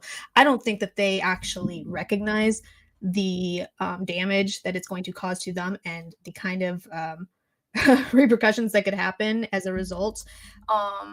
It seems like a lot of white people are just sitting there saying, well, I'm the good white person, so if there's anything that's going to happen, nothing's going to happen to me. Whereas for me, I see it as if there's a racial revenge, nobody's going to know who's the good white person, who's the bad white person. They're going to see somebody with white skin and they will do whatever that they're going to want to do. But the fact that things like this are happening right now when we're the majority, it worries me about what happens when we're the minority. My thing is, I just want to slow that down. I think that there's ways, like I don't hate anybody. I think there's ways that you can do this stuff, slow down the process and try to do it maybe in a way that's like a little bit, like you don't have to sit there and like I don't find myself to be a Nazi. I don't find myself to be a white national. I don't find myself to be any of that stuff. Like I don't hate anybody. But I think there's ways you can do it where you're not doing it in a hateful way, but I think that also white people should be able to like fight for their own self-interest as well, because every other group's able to do it and white people seem to be the only ones that are not able to do it. You can't even talk about it on the internet or you get kicked off. We lost our YouTube page because we talk about this type of stuff a lot. So I don't know how you go about being colorblind, because it seems like you're trying to change the way people think in general, and doesn't seem really realistic. Whereas this kind of social experiment in my eyes hasn't worked. And I don't know if there's a country that you can point to where this type of stuff does work. It seems like that only causes problems. I haven't seen anything really good. I mean, most of the people who love to say, oh, food and music, but for me, that's not worth it to me. Yeah, I mean, China is something like 95% ethnic Han, right? I don't know. Okay, I will tell you. When you look at the official Chinese, how they classify people, they say it's something like 95% ethnic Han. However, when you dig into China, you find a great variety of subcultures and languages. China is fractured into different Sinitic languages. And so the sense that like everyone is unified as a Han monoculture is kind of something that has been imposed by Chinese nationalists who have gathered together these groups of varying languages and local customs and so on. and told people that it's one China, it's one country, one people. I think that when we talk about skin color, the reason why, especially in America, Black people feel an intense pressure to look out for their own racial self-interest is because they're constantly getting feedback from the culture that tells them, in part, that white people are racist, but also from individual interactions where they do experience, like, unfortunately, like, people are just shitty sometimes, right? And people will be shitty in racist ways. And most people have experienced some version of this if you interact with a lot of people of a different racial group. I've hung out with Black people and they've said things like, you know, I fucking hate white people suck, or like, white people are always racist. And like, I've pushed back against that and I've been like, that's not really cool. Like, please don't say that. And we've had like good conversations. But when you have this like cultural message that starts in these like sociology departments, and it basically tells people that Blackness as a political identity is the only way that you can like survive and get rid of these like negative experiences. That's the kind of thing that causes people to engage in this like racial consciousness. The fact that white people don't necessarily have that at this particular point in time in history indicates that it's something that can change from time period to time period. And if it can change for white people, it can certainly change for all people. And so my goal would be to eliminate those sort of cultural messages, which are telling people, especially minority people, that the only way to succeed in life is by engaging in this kind of identity politics and, you know, group differentiation, and instead promote a unifying understanding of America in the same way that like China might, where there's like one culture, we're all working together, and that kind of future is what we need to strive for. So a couple questions. Are you think that we should be in a more authoritarian country then? When it comes to culture, I do think that there are strong arguments for mandating, for example, like a national language. Like America doesn't have a national language, but mandating that we have one might be a way to unite people culturally. Yeah, I think language is like one of the most important things to tie people together. I wouldn't mind the entire world speaking English, but for sure, it would be useful, certainly. But Yeah. also, like when we teach our history, right? Teaching people about the good parts of the American political project and really conferring people, even if it's somewhat propagandistic, a version of history that really puts our country as like the forefront of something that's worth fighting for, that's worth preserving. I think, you know, creating a kind of national myth that encourages people of all ethnic backgrounds to unify around might be another solution. Like what? But yeah, What kind of what do you think that we should unify around? I think that we can supplant a great number of fractured ethnic identities with a unifying national identity. Like if you come to America, I think that the people who tend to come to America tend to be the kinds of people who believe, at least in part, in the American project, in the idea that people can get along and work together and engage in free enterprise in pursuit of an American dream. Not everyone, but I think there's a selection bias for that. And if we could increase that, if we could make sure more people are unified around the sense of the American dream and the American political project as something that is meaningful, then that might be a way to supplant racial, you know, fracturing with a unifying national identity.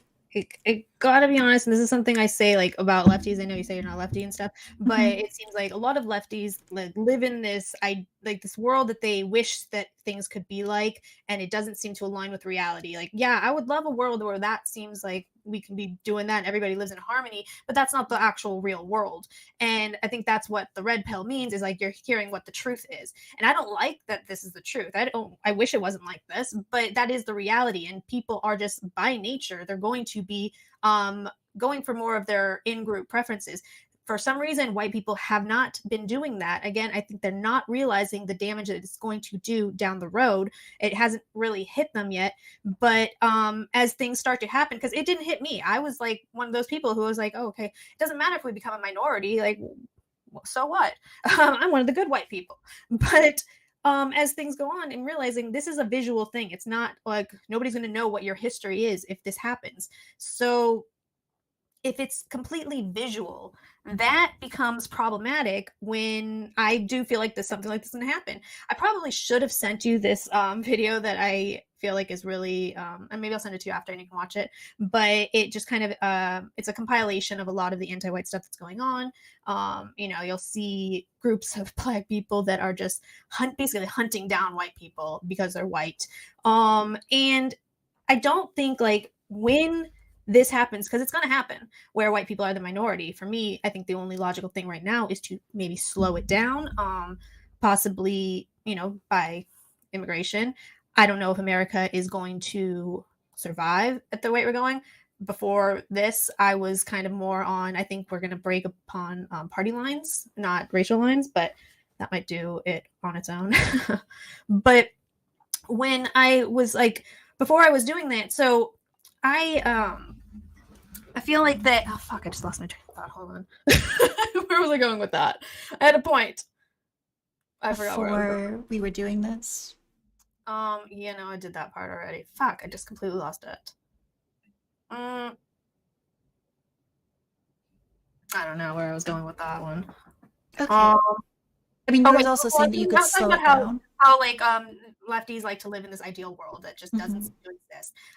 And yeah, I wish it wasn't like that, but it is. And I think that we need to kind of accept that that's going to be like that instead of pretending it's not.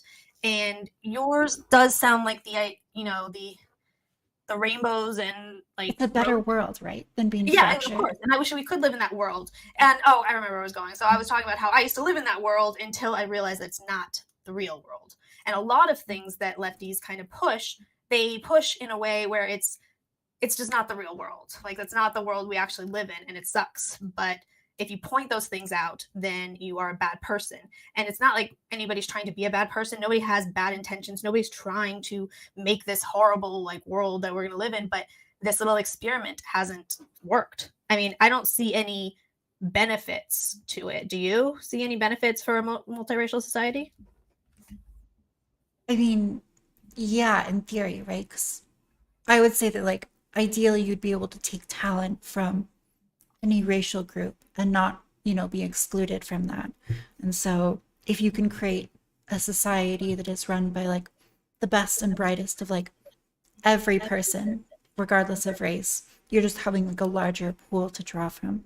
But that might be a sort of tangential thing to run down. What I want to ask you is about why you think white people don't have this kind of in-group preference.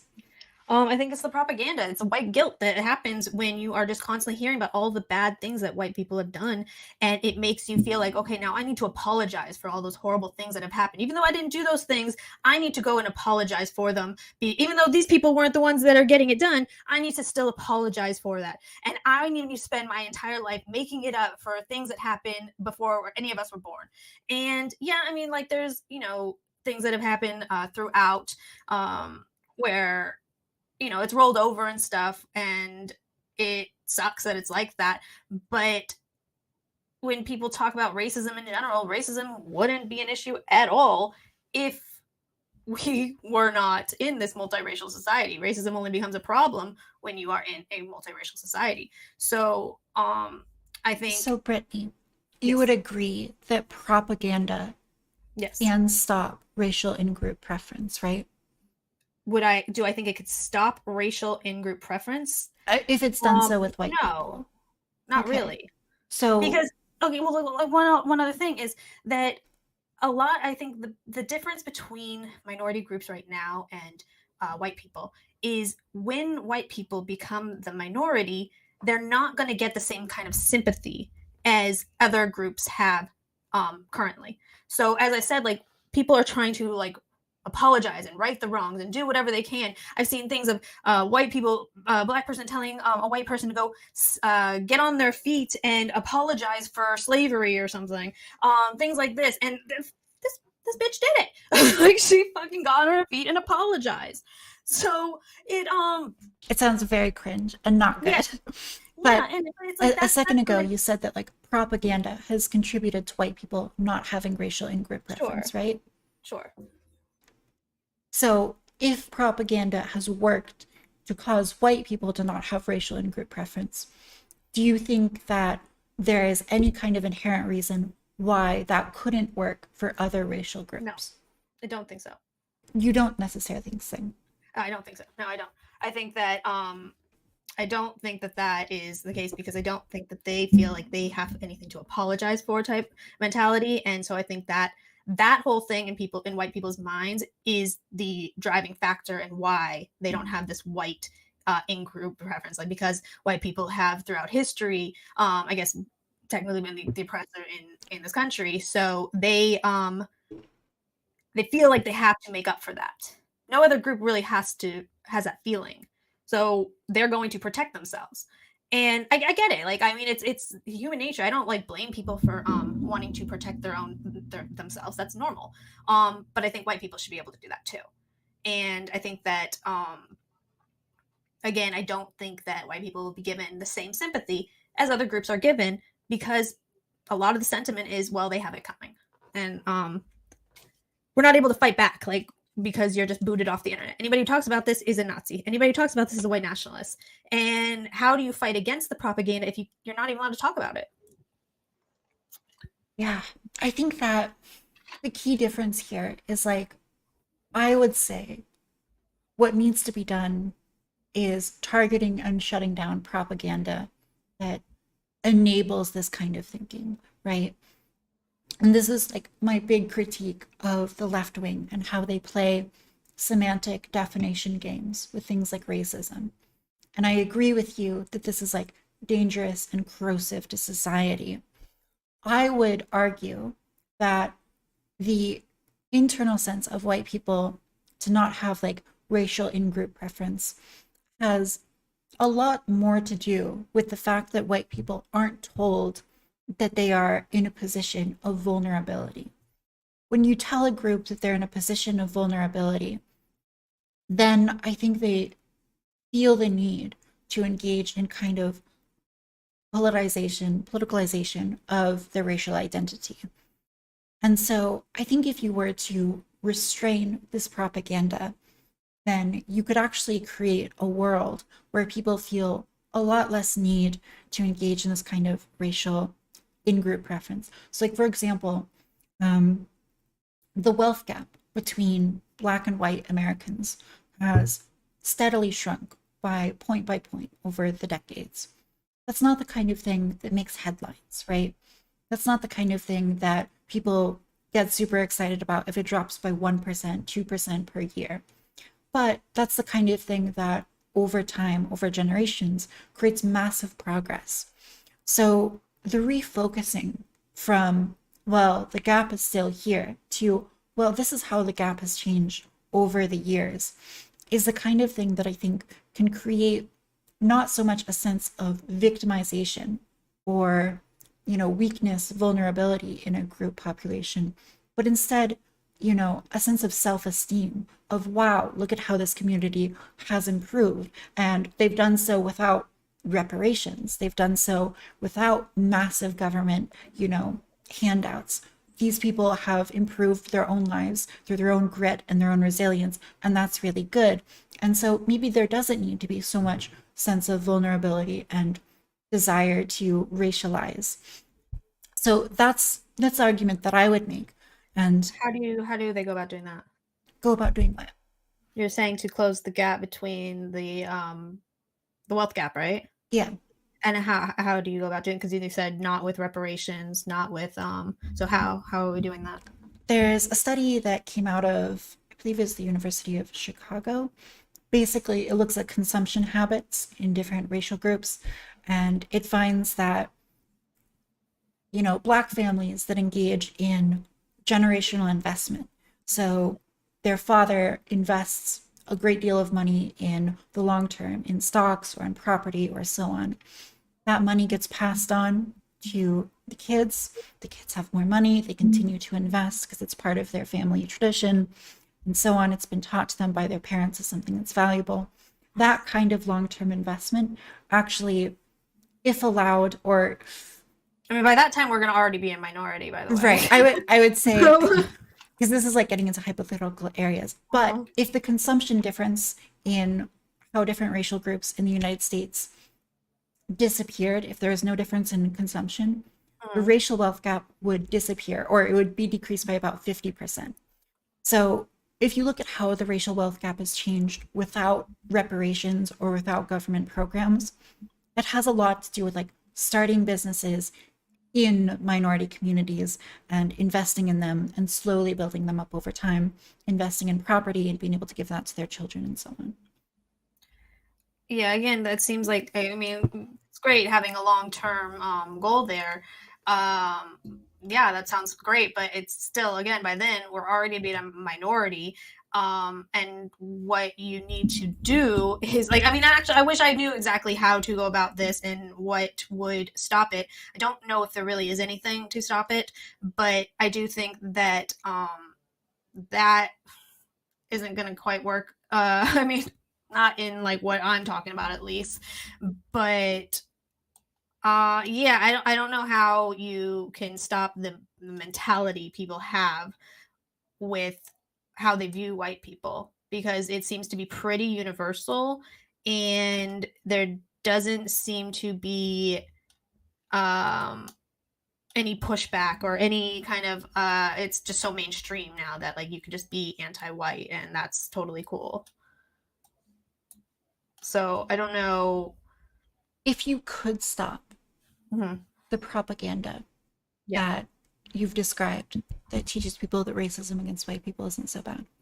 If you could stop that and maybe even move it in a different direction, into a direction that propagandizes people into seeing people as unified under one nation, do you think that that could be, if you could do this, do you think that'd be a good world to live in? Like a fairy tale world? You sure? But you don't think it's possible to change course with this kind of... No, I don't think it's possible at this point. I think that the mentality is already so ingrained into people that I don't know how you would undo that. You would have to, I mean, that would take a huge ask to be able to completely change the minds of everyone. I mean, if we can just change the minds of everyone, we can do that for a lot of different things too. I mean, you can just end racism right there if you could just completely change the minds of everyone. But that's not reality. It's just not the reality that we live in. I wish it was, but it's not. So then what do you do? I think that on the left, people are a lot more optimistic about being able to change people's minds, especially long term. If you read like Antonio Gramsci, he's this Italian communist. He writes in his letters from prison about how culture needs to be subverted on like many axes, on like law, family, religion, schooling, and so on. And his writing is like incredibly influential. It's been adopted by Paulo Freire in Brazil and so on. But the left takes this like very long-term and very like optimistic approach to shifting the culture in all kinds of sectors. And one thing that frustrates me about the right is this incredible doomerism, where the right feels perhaps legitimately totally powerless, because when they look at the societal institutions, it seems like everything is aligned against them. But it's only aligned against them because initially the left wing was willing to take this broad approach of changing minds. So, and that's put them in a great deal of cultural and political power. So we think if the right wing were willing at the very least, to try to put an end to the propaganda rather than try to develop a sense of racial consciousness. I think they could achieve a great deal. At the very least, it's worth a shot. And you've described this like world that I'm pitching to you as like a fantasy land. And I think in a sense you're right, because it's a very idealistic kind of world, a post-racial world. We don't necessarily need to get to a totally post-racial world, but the idea that we'd get to a world with 60, 50, 70% less racial animus, that seems like a very desirable world, and a more achievable world. And that kind of world strikes me as something that is much more worth pursuing than trying to atomize into separate communities, to feed racial animus and engage in this kind of petty power politics that pitches people against each other rather than united around a common cause, which personally I believe is some of the negative effects of the modern liberal project, which, like I mentioned earlier, has atomized people, has disconnected them from God, from virtue, from their community, and so on. And if you align people towards pushing towards that virtuous end, that's going to be far better than splitting people into groups where they're constantly infighting and constantly taught that they need to be pursuing power for their own racial group. Do you think that's possible between the left and the right? What do you mean? Well, I mean, take the racial element completely out of this. Do you think that in this country, with how divided we are, that left-wingers and right-wingers can all of a sudden skip around into this idealistic world you are describing, and everybody just gets along? Do you think that's a realistic world? No, I don't think so. Because I think left and right wingers are fundamentally ideologically, opposed. And they're opposed in a way that like is by definition, right? Versus like a black and a white person could hypothetically believe whatever, right? They could hypothetically believe the exact same ideology or exact different ideologies. They could hypothetically agree perfectly and get along perfectly. But I think left and right wingers, by like their very nature, are going to disagree. So you think that left and right wingers cannot get along, but all the racial groups can, even though a lot of times they probably will disagree on a lot of stuff that they are going to be pushing for due to their own racial interests. It seems like, again, you're pushing for this world that sounds great in theory but doesn't really pan out with reality. If we can't get along political lines, I don't see how it's any better along racial lines. Interesting. Do you believe inherently people of different races are going to be opposed in their interests?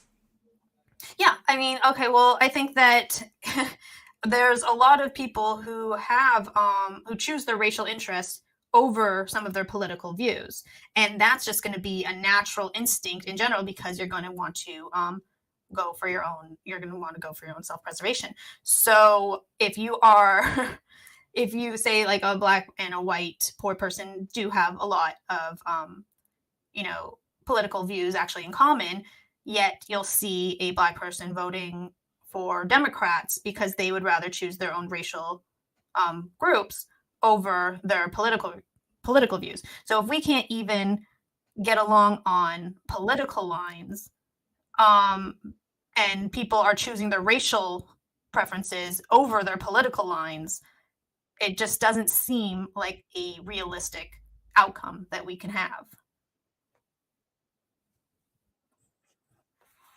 So I would make the argument that when you look at a poor white person versus a poor black person, and you rightly point out that these groups tend to vote politically differently, I would argue that that's not so much because like Democrats or Republicans are advancing racial interests, but more because of just the environments that these types of people tend to be in.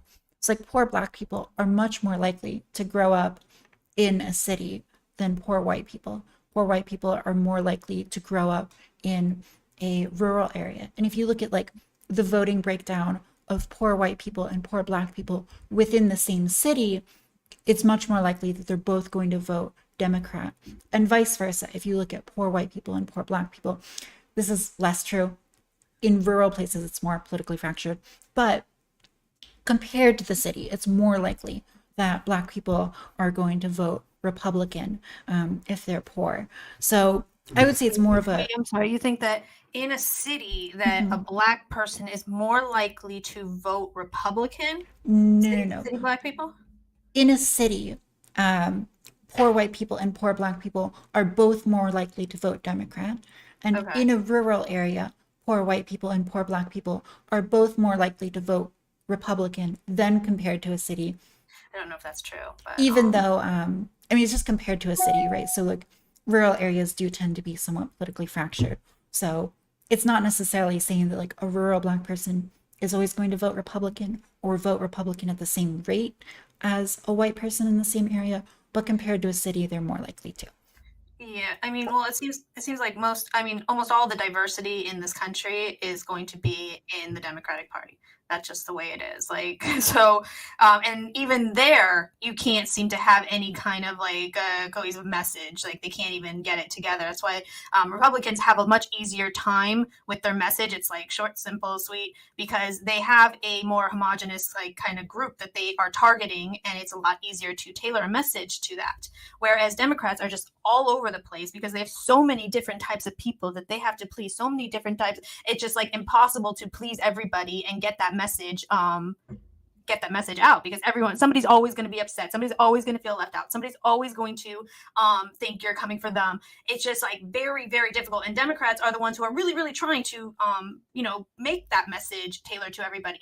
It just doesn't seem like something that is possible when you have so many different types of people. It's hard to have that cohesive message put out in general. Like, it just really is. It sucks, but it is. It's the reality. Yeah, I mean, I think there's like sort of two relevant tales related to this, where like Muslim people tend to be religiously conservative, at least more than like white people. And yet they tend to vote also with the Democratic Party.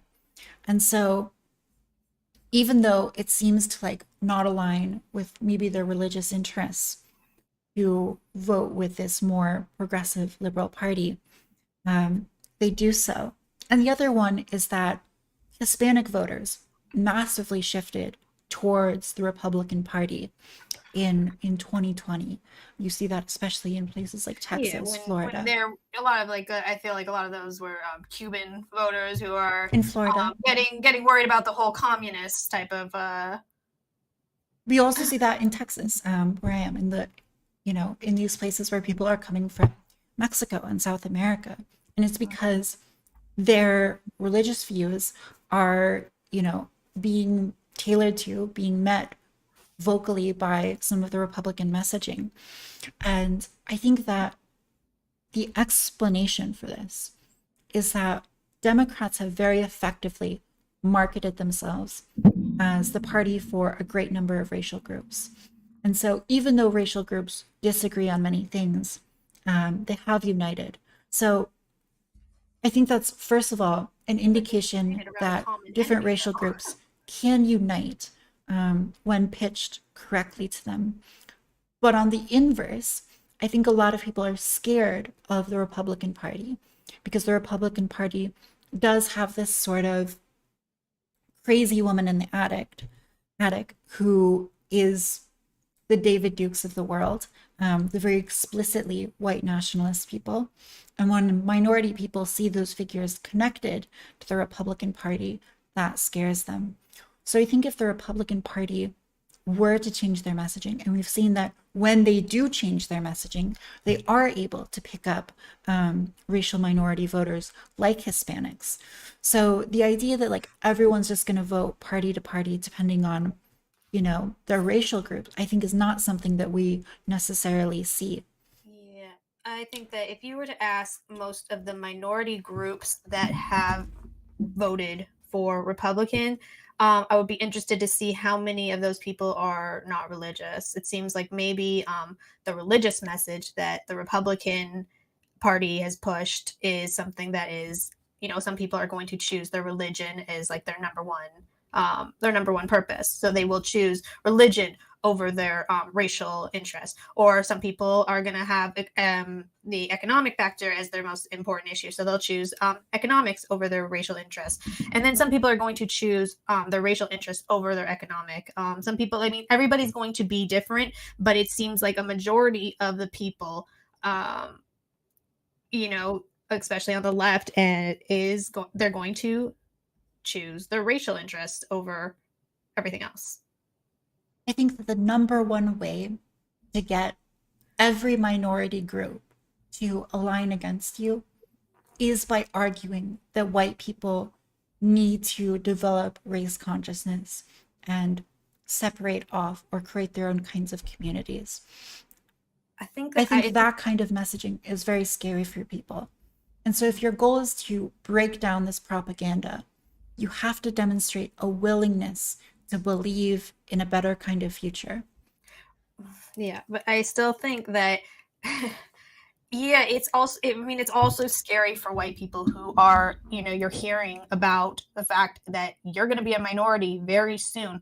Nobody likes you in this country. Everybody is looking forward to the day that you become a minority, and whatever happens to you, good luck. And nobody's going to really be crying for the white person that this shit happens to, because they've had an entire lifetime history of things just going great for them. So now it's the other guy's time.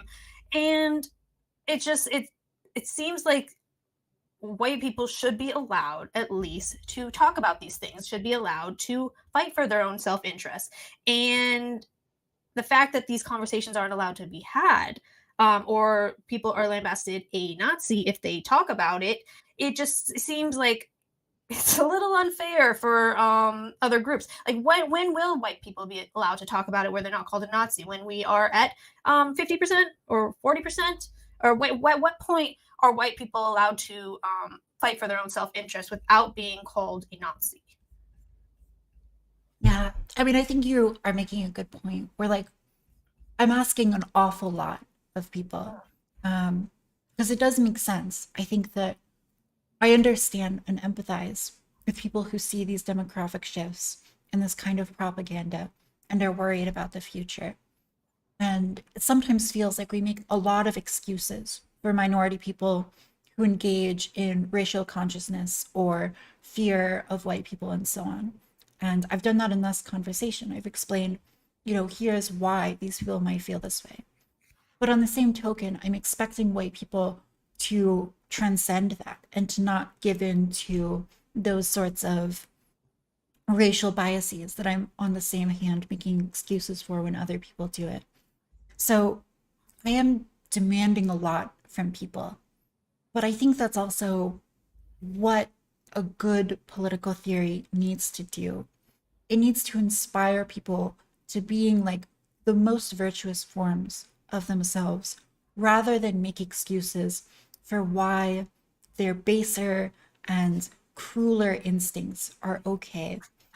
And I think that when we allow people to section off into racial groups and to fight tooth and nail for their own racial groups, that's the kind of thing that is just like, it's petty power politics. And it's not the kind of thing that people should be striving for. I mean, that's what politics is. It's like power. I think this is like such a cruel sort of like Machiavellian approach that the left has like very much exploited, is this kind of like politics is for power, nothing else matters. And when you engage in that kind of like politics is for power, nothing else matters, I think you get very bad outcomes. We need to hold people intellectually and culturally to a higher standard, because culture, religion, and philosophy, those kinds of things are the kinds of things that transcend transcend the base power politics. When I talked earlier about Antonio Gramsci and the left-wing ability to take over cultural spheres in law and family and mass media, in religion and in education, that's the kind of thing that you start from a place of weakness in politics, but you're ultimately able to control a great deal of the culture and then dictate things. So I think the right needs to adopt that policy of trying to work culture first, convince people to engage with each other on a level of colorblindness, to strive for that kind of goal. I mean, sorry, but you can't like seriously like believe in such a multiracial society that people are going to be colorblind. That's just not. It's not realistic. It's just not. I'm sorry. Like it's great in theory, and I wish it could be like that, but you're not coming up with a realistic solution at all. And it sucks that it can't be like that, but that's the reality. And we're not going to be a colorblind society. That's just never going to happen. That's not possible. It's not human nature to be like that. Yeah, it's not human nature. It's not easy. It's not easy to do. But earlier in this conversation, you agreed that white people have been effectively propagandized into not having into white that guilt. Racial in-group preference. Into right? white guilt, I am talking about. White people have been propagandized because they've also been getting the same exact things that everybody else is getting about whitey's bad. Like the white person has done all these horrible things, and if you're sitting there as a white person, you're like, wow, like that's a horrible thing that we did. We better make up for that. So of course it's going to work. What are they going to do to counter that though? There's no other way to counter that. How do you do it? I think there is another way to counter that. When you're a minority, it's not going to be good for you. Like, yeah, I mean, I agree. It's not going to be good if the current cultural trends continue, and if we still have like the ADL releasing these sort of understandings of racism that excuse any kind of ill will or prejudice towards white people. The solution that I suggested earlier was that a significant reason why minority people feel the need to have this kind of racial consciousness and in-group preference is because of the belief that they're operating from a position of vulnerability. Does that seem plausible? If white people are operating from a position of vulnerability? If you tell someone you are disadvantaged systematically by the entire system, and everyone's out to get you that's white, do you think that encourages people to have racial in-group preference and to prefer to work with people who look like them? Sure, I guess. Yeah, I think so. I think it's one of many factors, right? And I think that if you reduce those factors, of which telling people that they're, victims, that they're incapable of advancing themselves, and that they are dependent on changing institutions, when you change that messaging, you're going to reduce that racial in-group preference. And I'm not telling you that it's going to go away 100%, even, or 60% in a generation. What I'm telling you is that there are a myriad of ways like this that you can shift the messaging to decrease, the racial animus. How? Well, I mean, we agreed earlier that when you tell people that they're a victim, that they're operating from a position of vulnerability, and that white people are out to get them, that causes them to have in-group preference. You don't have to say specifically white people. I don't think That's that true. That's true. that's like exactly what's happening. Well, whitey's out to get you. I mean, there are there's ways that like this is being done where it's just like getting just ingrained into your mind in general that all these things that white people have done are really bad, and they've done it to you. Now it's your time. Like you're rising up. Now what? Like, I mean, it's just going to be a natural reaction to what you're learning or what you're being taught, and and the fact that like it's just so okay to be against white people because what do they have to lose? But as we slowly become less and less, you're seeing the effects of it.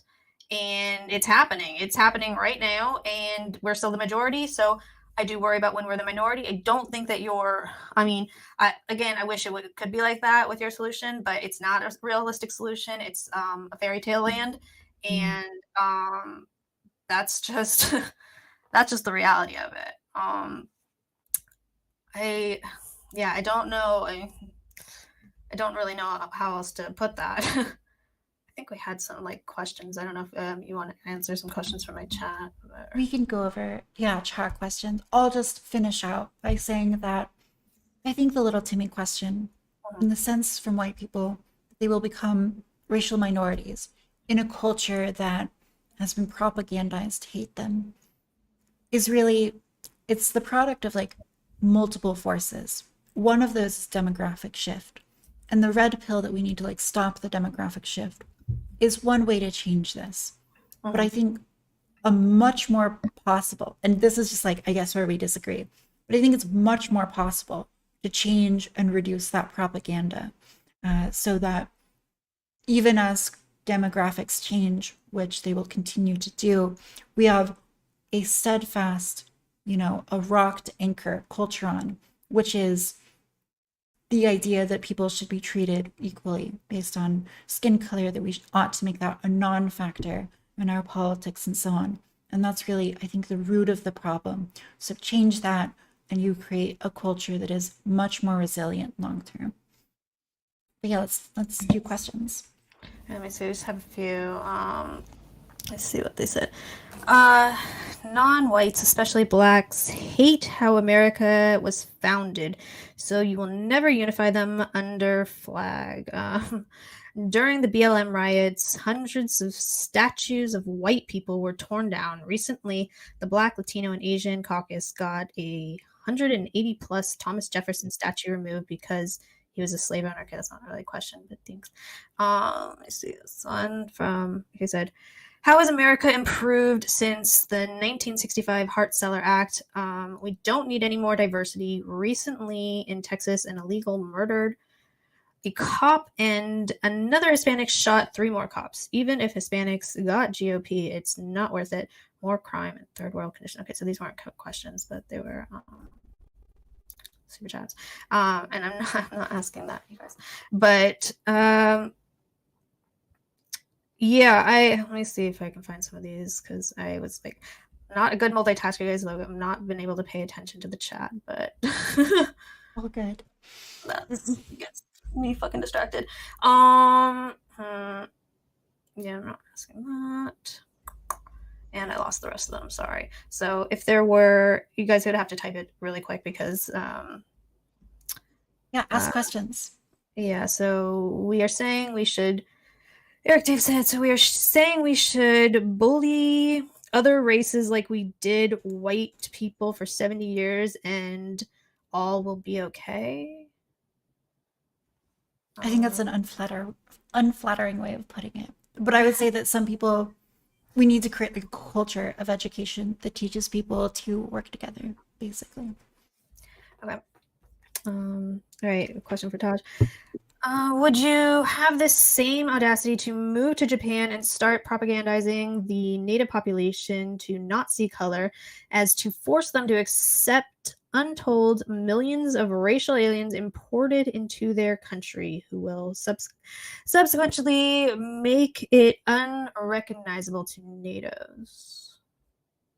This is sort of 2 different questions. If I went to Japan, would I insist that Japanese people, I guess, don't see color or don't see me as white? I mean, not necessarily, because that would be the insistence that people change their mind to conform to you, I think is not so good, especially if you are entering into the culture. So the difference here is that I think you can say that white people are currently the majority and currently hold a great deal of power in society. And so it's not like we just showed up to America and we're the minority and therefore, can't change the culture at all. But in fact, that if white people united to try to push for this colorblind post-racial society, that they would have a lot more ability to do so than if they went to Japan. You know, a one person went to Japan and tried to do so. Okay, and then people were asking what your thoughts are on Israel being able to push for a homogeneous country.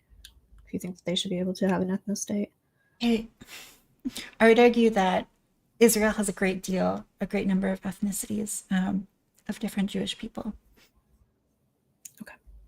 And then from Jimbo said, how will we unite the other races when people of color were united based on being oppressed by white people? Unite the other races? Yeah. Okay, let me think about how will what we they're saying unite exactly. unite the races when people of color were united based on being oppressed by white people? I mean, that's Okay. kind of like what I was like, is they have a common enemy basically, and it's white people, and so So I think one of the ways to do this is to create a common national identity, to create an educational system that teaches people to be proud of their nationality as the kind of thing that supersedes the individual skin color of people in the country, the kind of thing that all people, you know, should strive to work towards and to better and to improve. And so that's creating a kind of common enemy, which would be like the suffering of people in America, and creating a common goal, which is the well-being of Americans. Doug said, do you believe indigenous people all over the world, yes, Europeans are indigenous to Europe, have a right to self-determination, which means excluding people on whatever grounds they see fit? Do I believe they have a right to self-determination? I think the word right here is a little bit problematic. I think they will engage in this kind of like, you know, not allowing other cultures in. But I think that like the ability to work with other cultures is something that can be an asset. I think it's also a little bit different if you've already got a culturally homogenous group. So like if the Navajo reservation is already culturally homogenous, there's less pressure for them to create this like colorblind world just because they're not having a great deal of internal racial animus. Okay, so white people awesome said, ask her, and this is something I forgot to ask as well, but I said, ask her why we should gamble and hope that the culture will magically start changing in favor of white people. But yeah, this part is where I would want to know, why can't we have a backup white state if things go bad like they've already gotten? Yeah, I want to kind of add to that a little bit, is it seems like, you know, every other racial group does have a place. If things are going to go to shit, that they have a place that they can go if that happens. Where do white people go if things go to shit? And now, like, I mean, we are the minority of the world already, like a super minority. I would disagree that every racial group has a place they can go. Like, most Black people in America don't know what country they came from. So I'm not exactly sure where they would go. Maybe Liberia or something, but yeah, I think the premise of this question is a little bit weird. As for why can't white people also create, you know, a state where as just like a backup, I think if we ever were to see like a genuine threat of like genocide of white people, right? So like 150 years into the future, America's like 80% Black. I don't know. Like, we're in hypothetical land, but like if that were the case and people were like, you know, considering genocide, or if we saw these like genocidal tendencies like cropping up, then I think maybe it's legitimate for white people to like exodus. But I think that's like quite, I don't know. I definitely don't think we're there with like the little Timmy question. Okay. Let's see. He said from Faux Pas, he said, would you say this colorblind strategy has worked out well for whites so far? Be honest. I don't think that white people engage in a colorblind strategy, at least not right now. I think that the current cultural trend is to say that like, well, going for colorblindness as a goal is racist because it prevents Black people from, engaging in racial self-determination. I think that would be like the main political line from progressives. They would say that. So I don't think they're engaging in colorblindness. I don't think that anyone is really pursuing colorblindness except for like a group of conservatives, maybe like the Coleman Hughes of the world. Okay. Dan Zammit said, do you think it's realistic for the left to push this propaganda you speak of when they are pushing systemic racism, police brutality, reparations, anti-American rhetoric, including teaching all our laws and institutions are racist, CRT? You repeat the very beginning? Yeah, I said, do you think it's realistic for the left to push this propaganda you speak of when they are pushing systemic racism, police brutality, reparations, anti-American rhetoric, including teaching all our laws and institutions are racist, CRT? I don't think it's realistic. I don't think that if there is an intellectual movement that pushes towards colorblindness, I don't think that it'll start in the left. I think it'll start in the right. And ideally, you would hope to convince some portion of left-wingers to adopt it. But I wouldn't expect like the left wing to, in general, start pushing for this kind of colorblindness that I think might be desirable. Would Taj find it immoral if a country decided to make their nation an ethno-state? If so, why? Why is it that we have to be propagandized into forfeiting ownership of our country for the sake of your desire to continue this experiment which has totally destabilized it? I think it's legitimate to, so like in Africa, there are some states where there's a great deal of ethnic tension between Africans, and it leads to genocide in some cases. And I think in those cases, you know, as a temporary solution, it makes sense for these ethnic groups to split off and to create their own governments and to, you know, later, I think, try to come to understanding and peace, right? And I think the reason why it's legitimate is because it's in response to like a very direct threat of genocide. You know, again, this enormous pressure. So I don't think that like white people are not under threat of being genocided in America. Like they're just not. If you want to be a dissident in any kind of culture at any time in human history, like America's a pretty good place to be a dissident. So I don't think that people are really, you know, I don't think this is like a realistic risk. Well, it's like, I mean, in both times that it's happened throughout history, white people were, I mean, this did happen to white people. What happened to white people? In South Africa and Rhodesia, now Zimbabwe or whatever, where, you know, white people were, they technically were the minority, but they were able to, through authoritarian government, were able to, you know, control the way the situation was. But the second that blacks were able to take control, yeah, they started killing, they started taking over, like they ended up running the countries into the ground. And it's, I mean, these are like really the only 2 points of history you can point to where it happened.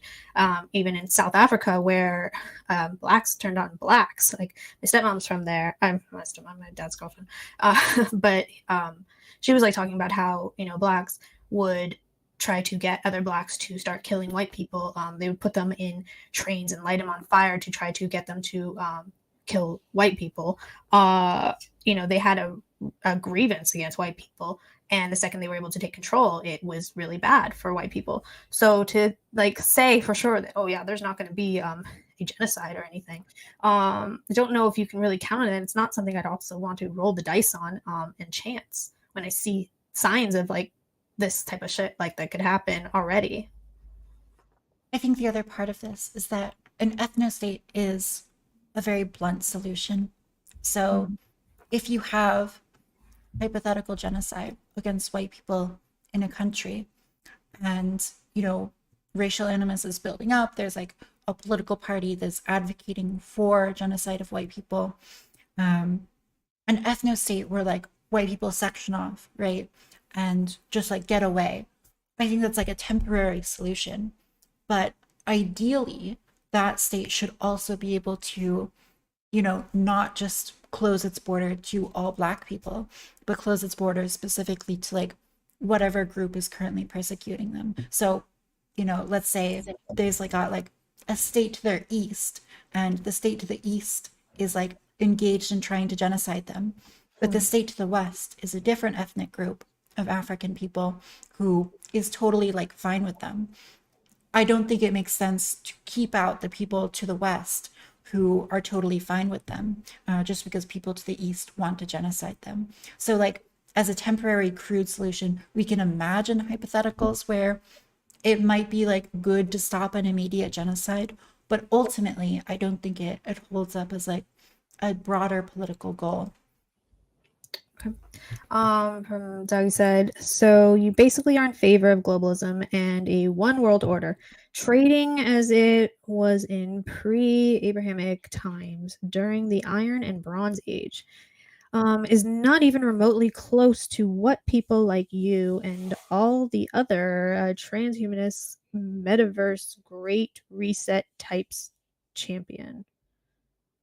I think that is definitely not describing me, but Okay, so freaking. All right, my chat keeps spamming. They want me to ask you if you're Jewish. Fucking, are you happy? Sorry, you don't have to answer that though.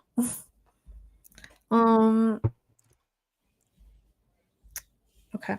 From Nationalist Content, he said, if there isn't a colorblind society in South Africa, then why would it work in America? In South Africa, blacks get affirmative action and blacks try to seize white farmers' land without any compensation.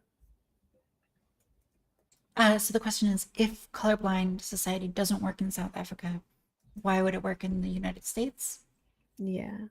Yeah, I mean, I don't think that a colorblind society has been tried in South Africa, at least to my knowledge.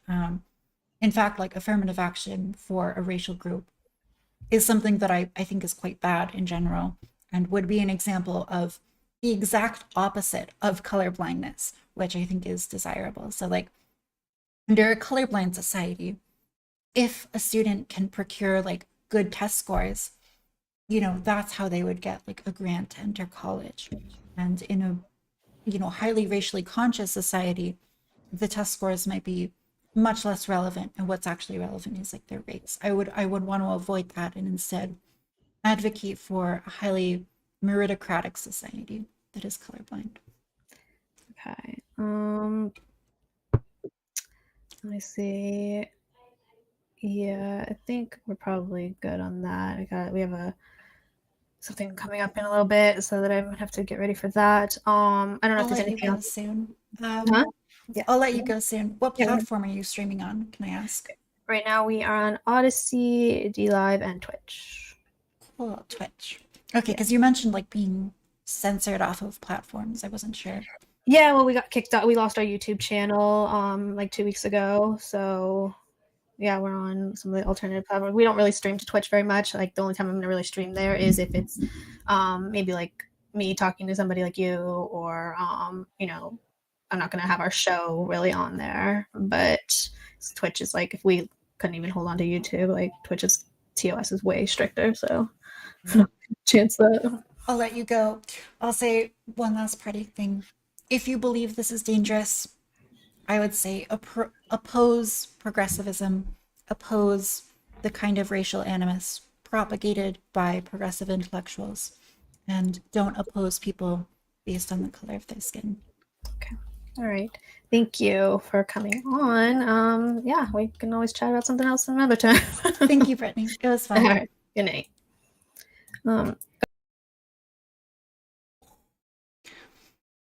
That was less productive than I hoped for, to be honest. So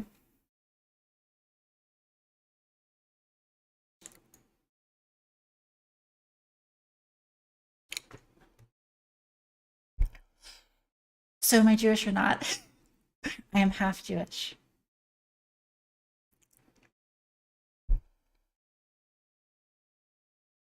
Yeah.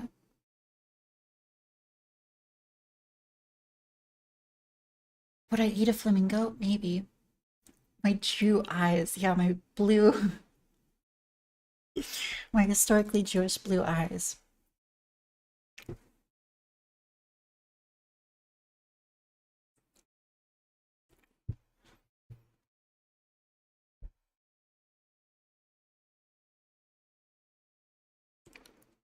Yeah, it's true. I could go to Israel. I could get citizenship.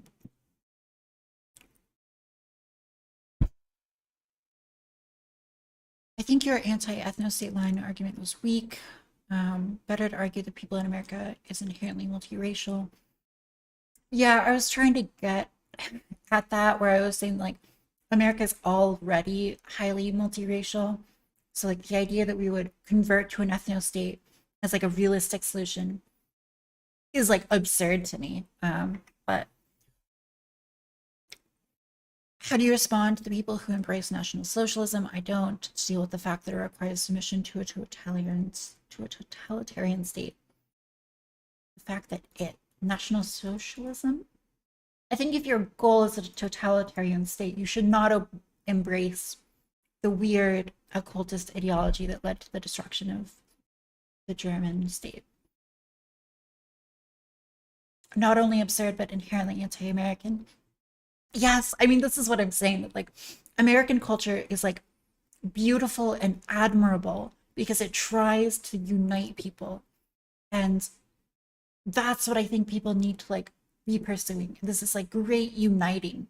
And I don't want to come off as like fetishizing the founding fathers too much, like some conservatives do, but like that really is like a beautiful part of it. And that the fact that America's been like relatively successful. I won't say it's like been perfect smooth sailing, but compared to like, you know, the history of the world and the history of racial conflict, the fact that we've been able to like unite people as much as we have, I think is admirable.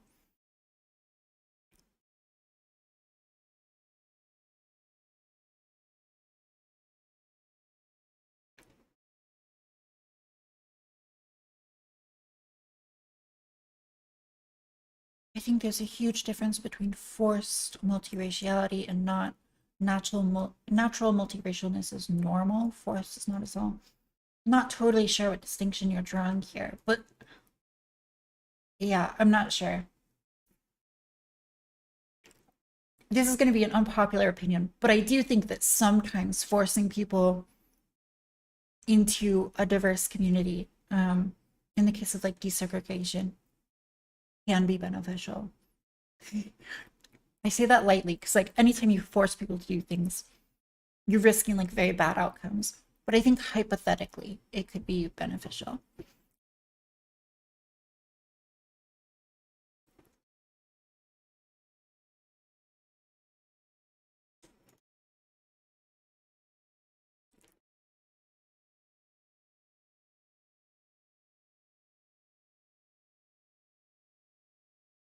Ooh, what are your thoughts on Singapore's housing policy to that effect? We should talk about Singapore another time, but it'd be a good topic to get into.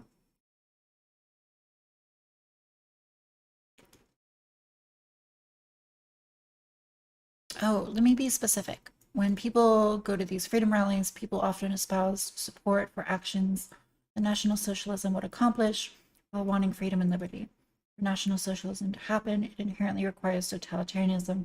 Yeah, it seems like a complete contradiction.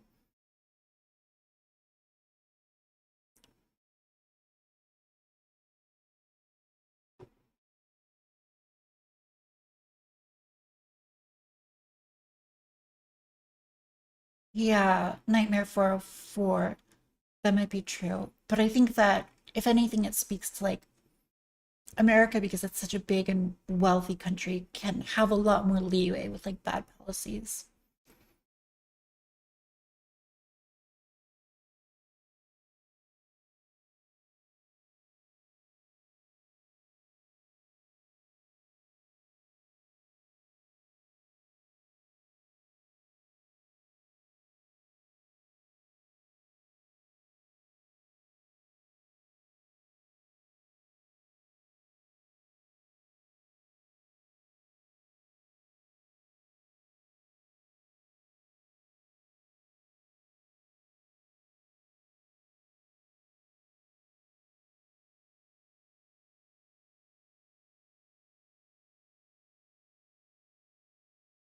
No idea who Not Gayer is.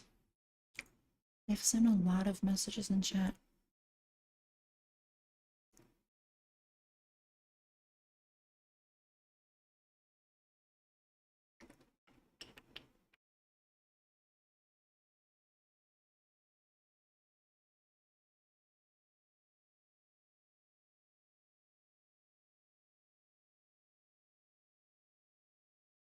All right. I am going to ask.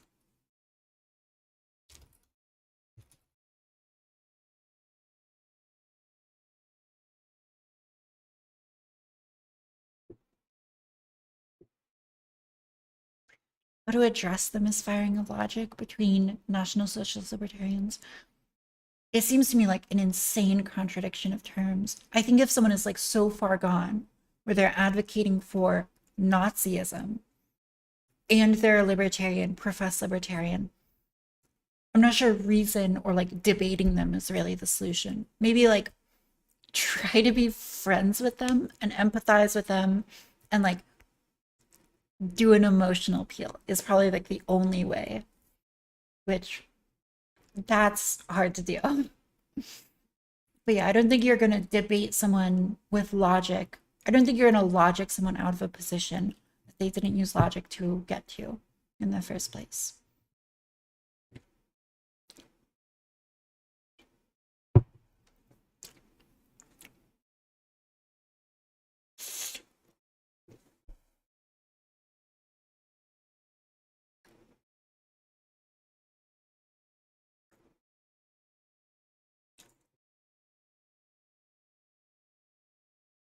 Do I read chat while debating? No.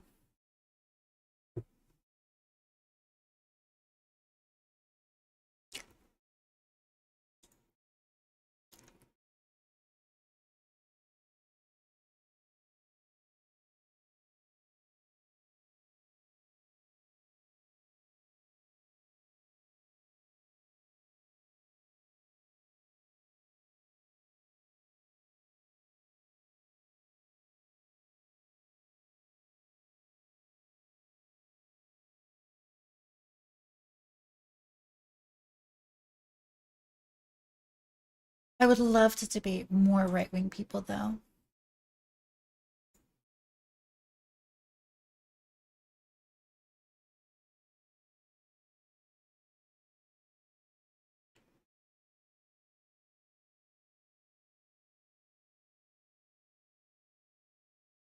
Would you say you're socially conservative or more fiscally conservative?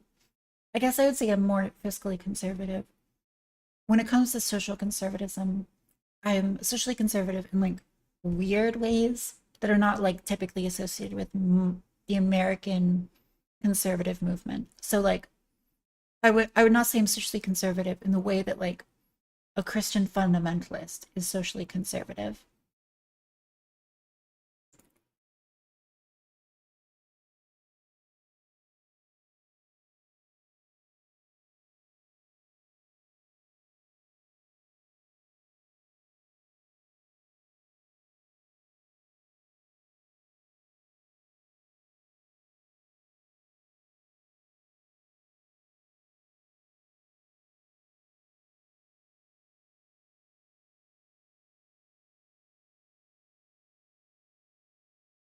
Yeah, Nightmare 44. I think you make a good point about social conservatism.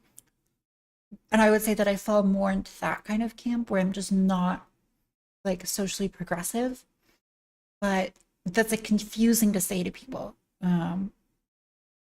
It requires a lot of like definitions and being like, well, what does it mean to be socially progressive? And like, wait, like if you're not socially progressive, does that mean you're a racist? Like, no. So it's like,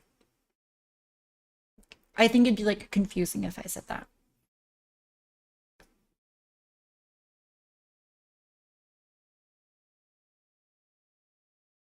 I think there's a lot of echo chambers now, where people just get like pushed further and further one way or the other.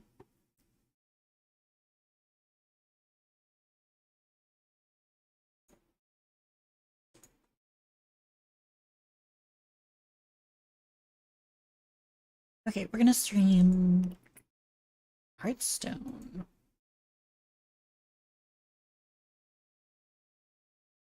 Yeah, I guess I would say that I'm not woke.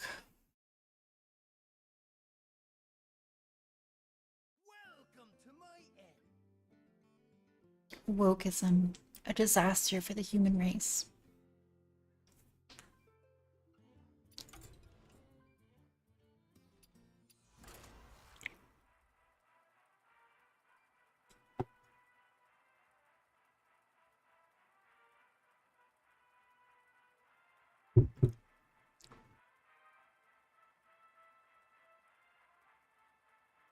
Are you pro land value tax as a hard right winger? That's interesting if so.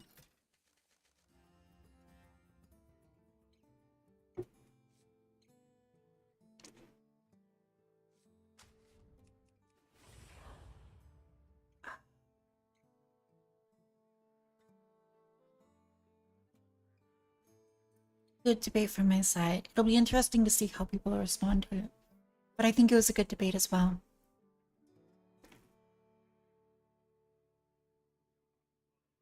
Interesting. Politics has to be compromised.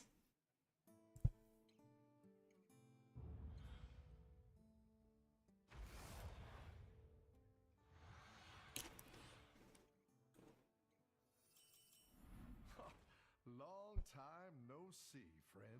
We missed you in the town.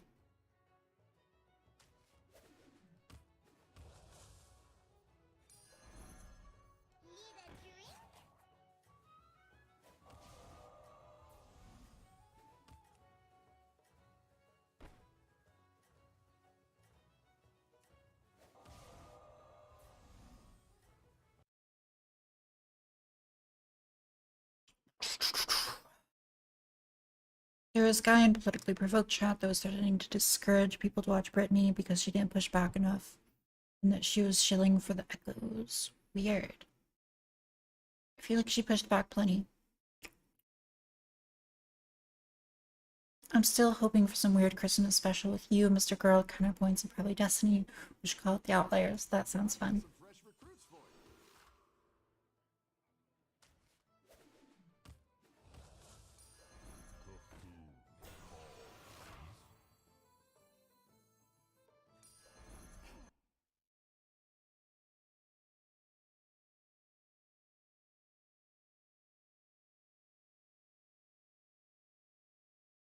Good stuff, good stuff.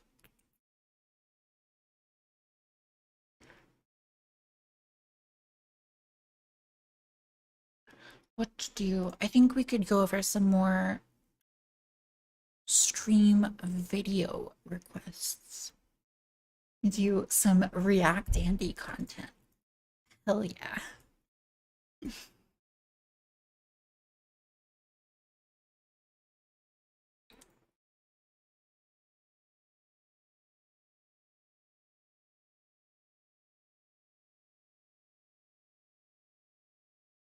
Oh.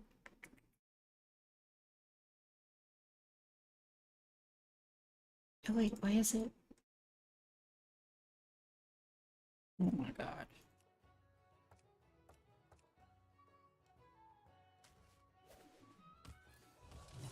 My Chrome is being a little pussy right now.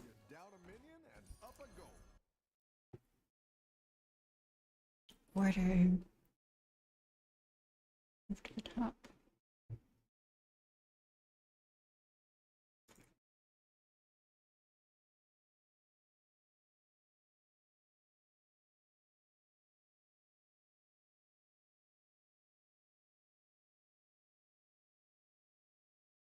Ooh, reacting to Vosh. That's good content.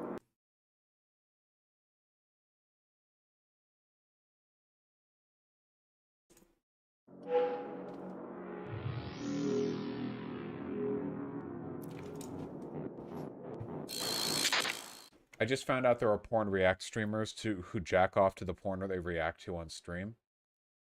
That cannot be That's true. really funny. I think that's funny. Does anyone else think that's kind of funny? I think that's kind of funny. Imagine having a favorite streamer, and it's some guy called, like, you know, Gregory, and he streams on Chatterbait, and he starts every stream in, like, an anime tee and shorts. Very relatable. And he has, like, the face cam and the waist cam, you know? And then there's, like, the screen capture of his desktop, and he's browsing, like, hentai, looking for, like, mommy MILF comics, and he, like, just jerks off. That's funny. Get on it. You know, I don't think, like... Listen, I don't know if this is just, like, a cis guy thing or whatever. I don't think people look that hot when they're masturbating, in general. Watching people masturbate has just never been What I the mean, fuck like, if is there's this a cute video? girl masturbating, like, I'm not looking at that thinking like, ugh, disgusting. But it's not like a thing for me, you know. But particularly, I don't know. Whenever people with penises masturbate in porn, it's like this bullshit that I've never done while masturbating, you know? Like, if you go look at gay porn, a guy's masturbating, or like a trans girl or whatever who's masturbating, they're doing this whole like leaning back, like, oh, my dick feel, you know. But in real life, I think if you masturbate at the computer and you have a penis, you're like hunched forward like a gremlin, right? Like maybe you guys all have the $700 gamer chairs where you lean back and you're like, you know, masturbate, whatever. But I don't think. I feel like absent the presentational element, you know, there's just not much hunched over, like sitting forward. I don't know. Not if you're a trans girl with a vibe. Yeah, well, I said maybe it's a cis guy thing, you know. Keep in mind there are a ton of things that like cis men, in terms of presentational abilities, just never learn. Like girls will pick up kind of through cultural osmosis, or just they're being literally told to do this, how to do a ton of shit that's like really performative that guys don't get taught. Like girls learn to take their clothes off sexy. Guys don't. Have you ever watched like a dude take their clothes off? Good meme. Good meme.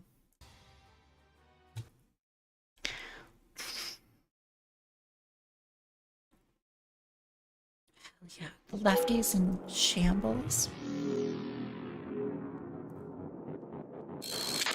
I saw this in the dank left, by the way. This actually ended up being a pro-Voosh thread, I think. I do like being so notorious that people in random leftist subreddits are posting memes with the assumption that everyone's just familiar with whatever I'm doing at the moment. But in the comments, they actually end up like agreeing with me, which is pretty cool. Let me see if I can find that actually. Crazy how you didn't actually say that too. Yeah, like many criticisms of me, I would love to debate. it was a little bit dishonest, to be honest with you. But you know, sometimes that you happens. could at me in the stream Often that content happens. section. Oh wait, did they delete the thread? Wait, did they actually delete that? Where the mods like, wait, this got too pro-Vosh. All leftist subreddits are against me. They're mod It's crazy teams. how Vosh is like so They're looking to get controversial. the Viet Cussy, just like non-competers. And I think they did. Ah, you found it. I see. Yeah, I think it's been. Dude, oh my god, these people are so cucked. Holy shit! I just had they a actually. debate. It looks like they deleted the thread and then stickied a fucking mod comment. Look at this, a Bad and Banana video. Holy shit! They're all tankies, dude. It's like the same 20 people moderate all of the fucking. Oh, by the way, I guarantee you, this guy right here, Comrade Peach Freezer, is a goy. All right, It was a not good just a goy, debate. the goyest goyim to ever goy. Okay, this person right here calls yarmulkes Jew hats, and one time passed by a synagogue and did a little hand clasp bow to a rabbi he saw walking out of it, who just looked at him confused. Okay, here is a Jewish person. Hi, Jewish person and leftist here. Top of the thread, thank you. So elephant in the room time, you're hamstring yourself a little bit. Why are so many Jewish people in finance, education, and skilled labor? Because for hundreds of years, we were not allowed to own property, so we couldn't be farmers, right? And then the whole thread right here, along with the comments responding to it, is talking about how acknowledging the economic and social circumstances that led to Jewish overrepresentation in certain industries is not anti-Semitism. And that real anti-Semitism is understanding why these things happen so you can fight back against conspiracy theories pertaining to the subject. But then anti-Semitic Jew hater Comrade Peach Freezer 1312, a 14-year-old with the smartest name ever memed into existence, spoke over the Jewish person here, and instead decided to put a Nazi-sympathizing Argentinian sexpat at the top of the thread, and to delete the thing off the main post anyway, because they dislike me. I know that was a bit overdone, but you guys read Jewish person here, 1312, these things, how acknowledge person and left the hand clasp bow. This person, by the way, I will tank. It looks like they. Yeah, I think it's been. Oh my god. Dude, oh my god. These people are so cucked. Holy shit. They actually, it looks like they deleted the. This was crazy drama about like talking about Jewish people in leftist circles.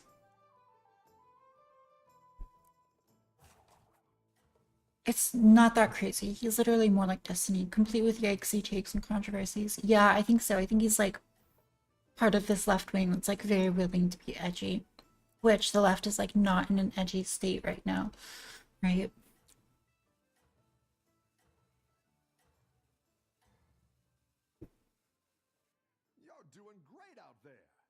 Anti-Semitism is super cringe.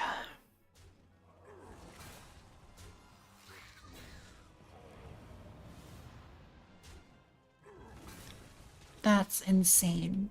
Israel is like an incredibly stable democracy in the Middle East.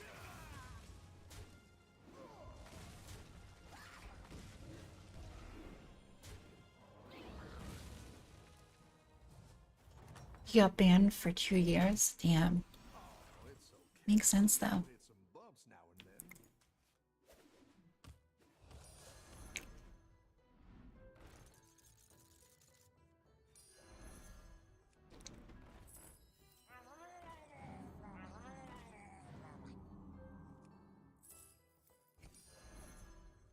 We're trying to give our murlocs poison. Oh, good. Thank you, Aiku Rules. It was lovely talking to you last night.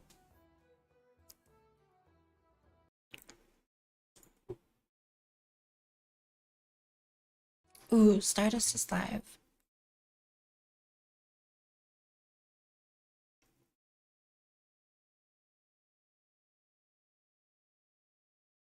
Okay. How long have I been streaming? 2 hours, 45 seconds, 45 minutes? That's a good amount of time. I am going to... Should I peace? Or should I ask people in my Discord to talk for a little bit?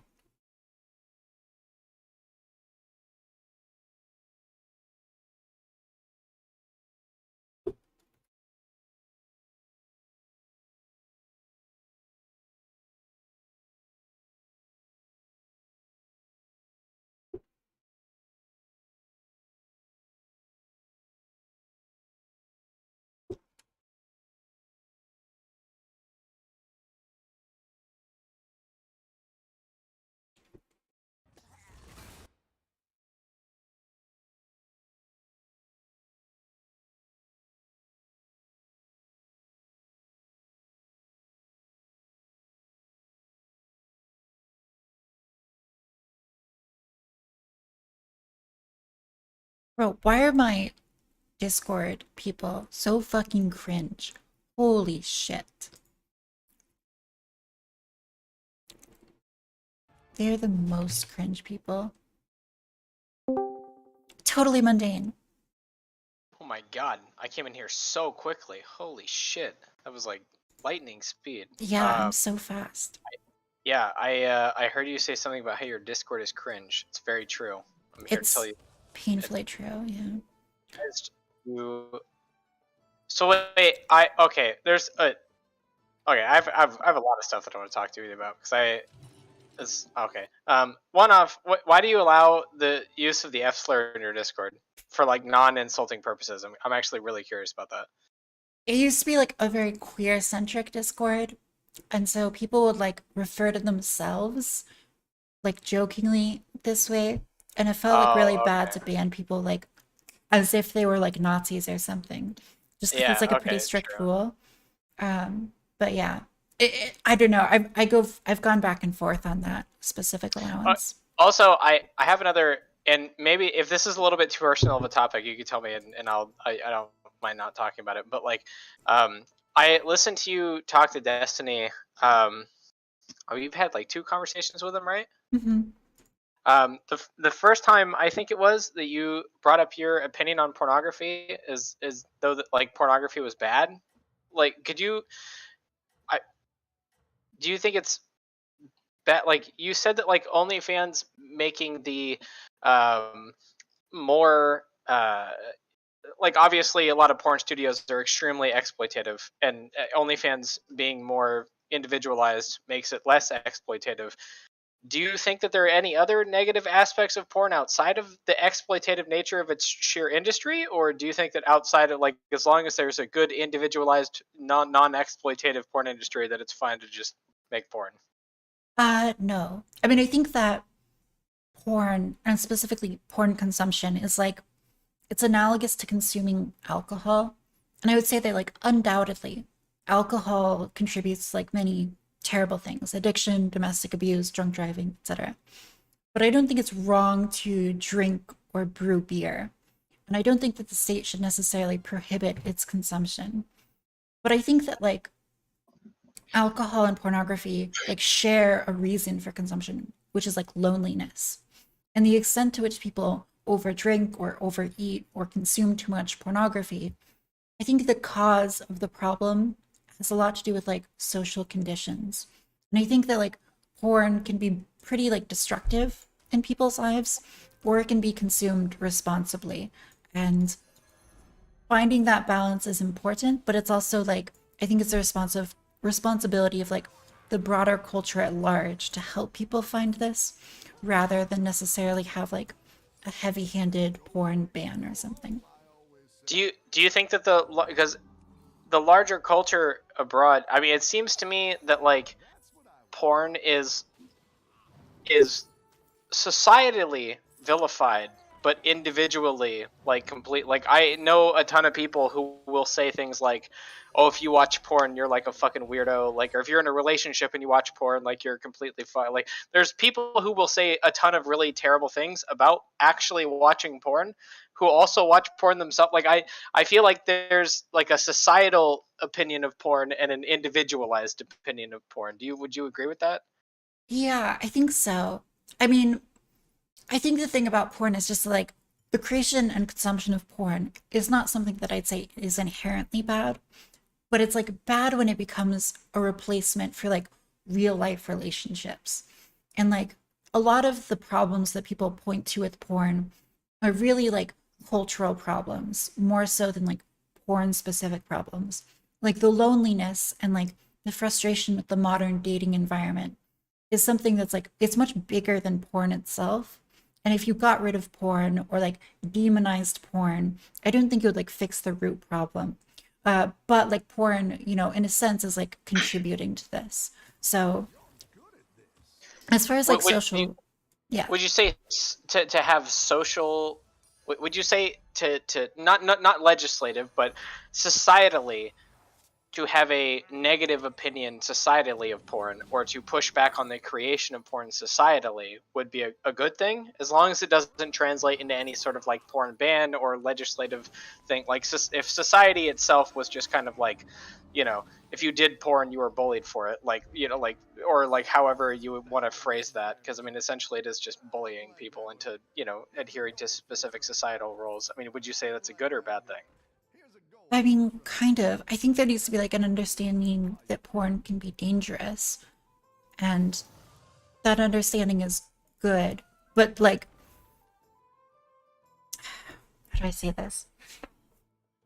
I think you like the creation and consumption of porn again is like not inherently bad, but it's good for people to be like culturally aware that it can have bad effects, and people need to be culturally aware of like the dangers of parasocial relationships or being sucked into like dopamine dependent cycles. So like, yeah, I do think it's good for people to be like, if your buddy is like consuming a lot of porn, to like talk to him and be like, hey, maybe this isn't so good for you, right? I think that's probably appropriate.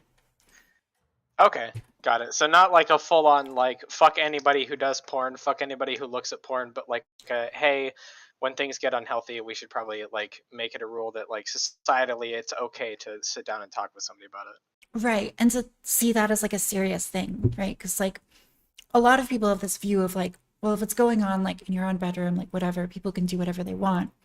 And I think that it sort of like ignores just like how dangerous giving into like pleasurable urges can be if you do it like routinely and as a habit.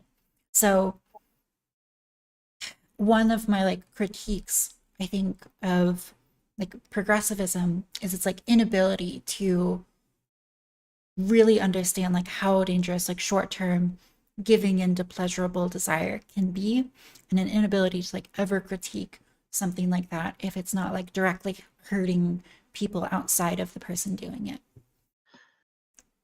Yeah, so like I have an older brother who is extremely libertarian, and he'll always make the argument that people should be able to smoke meth as long as it's in their own household, right? My argument has always been like, well, if I have a neighbor who smokes meth and his meth smoking is like reducing the value of my house, or like he gets involved in crime and like steals some shit from our neighbors, like that's at that point it's much more than just the fact that my neighbor is making the simple private choice to smoke meth in his own household, and we should be okay with that, right? Like it's much more than that. Like it's I would agree with that. I think that there's much more like private decisions can lead to public opinions is the way that I view it, is that if too many people do too many bad things, eventually you'll get a society filled with people doing horrible shit. So but I also anyways, think that like the cultural message, if you're always telling people like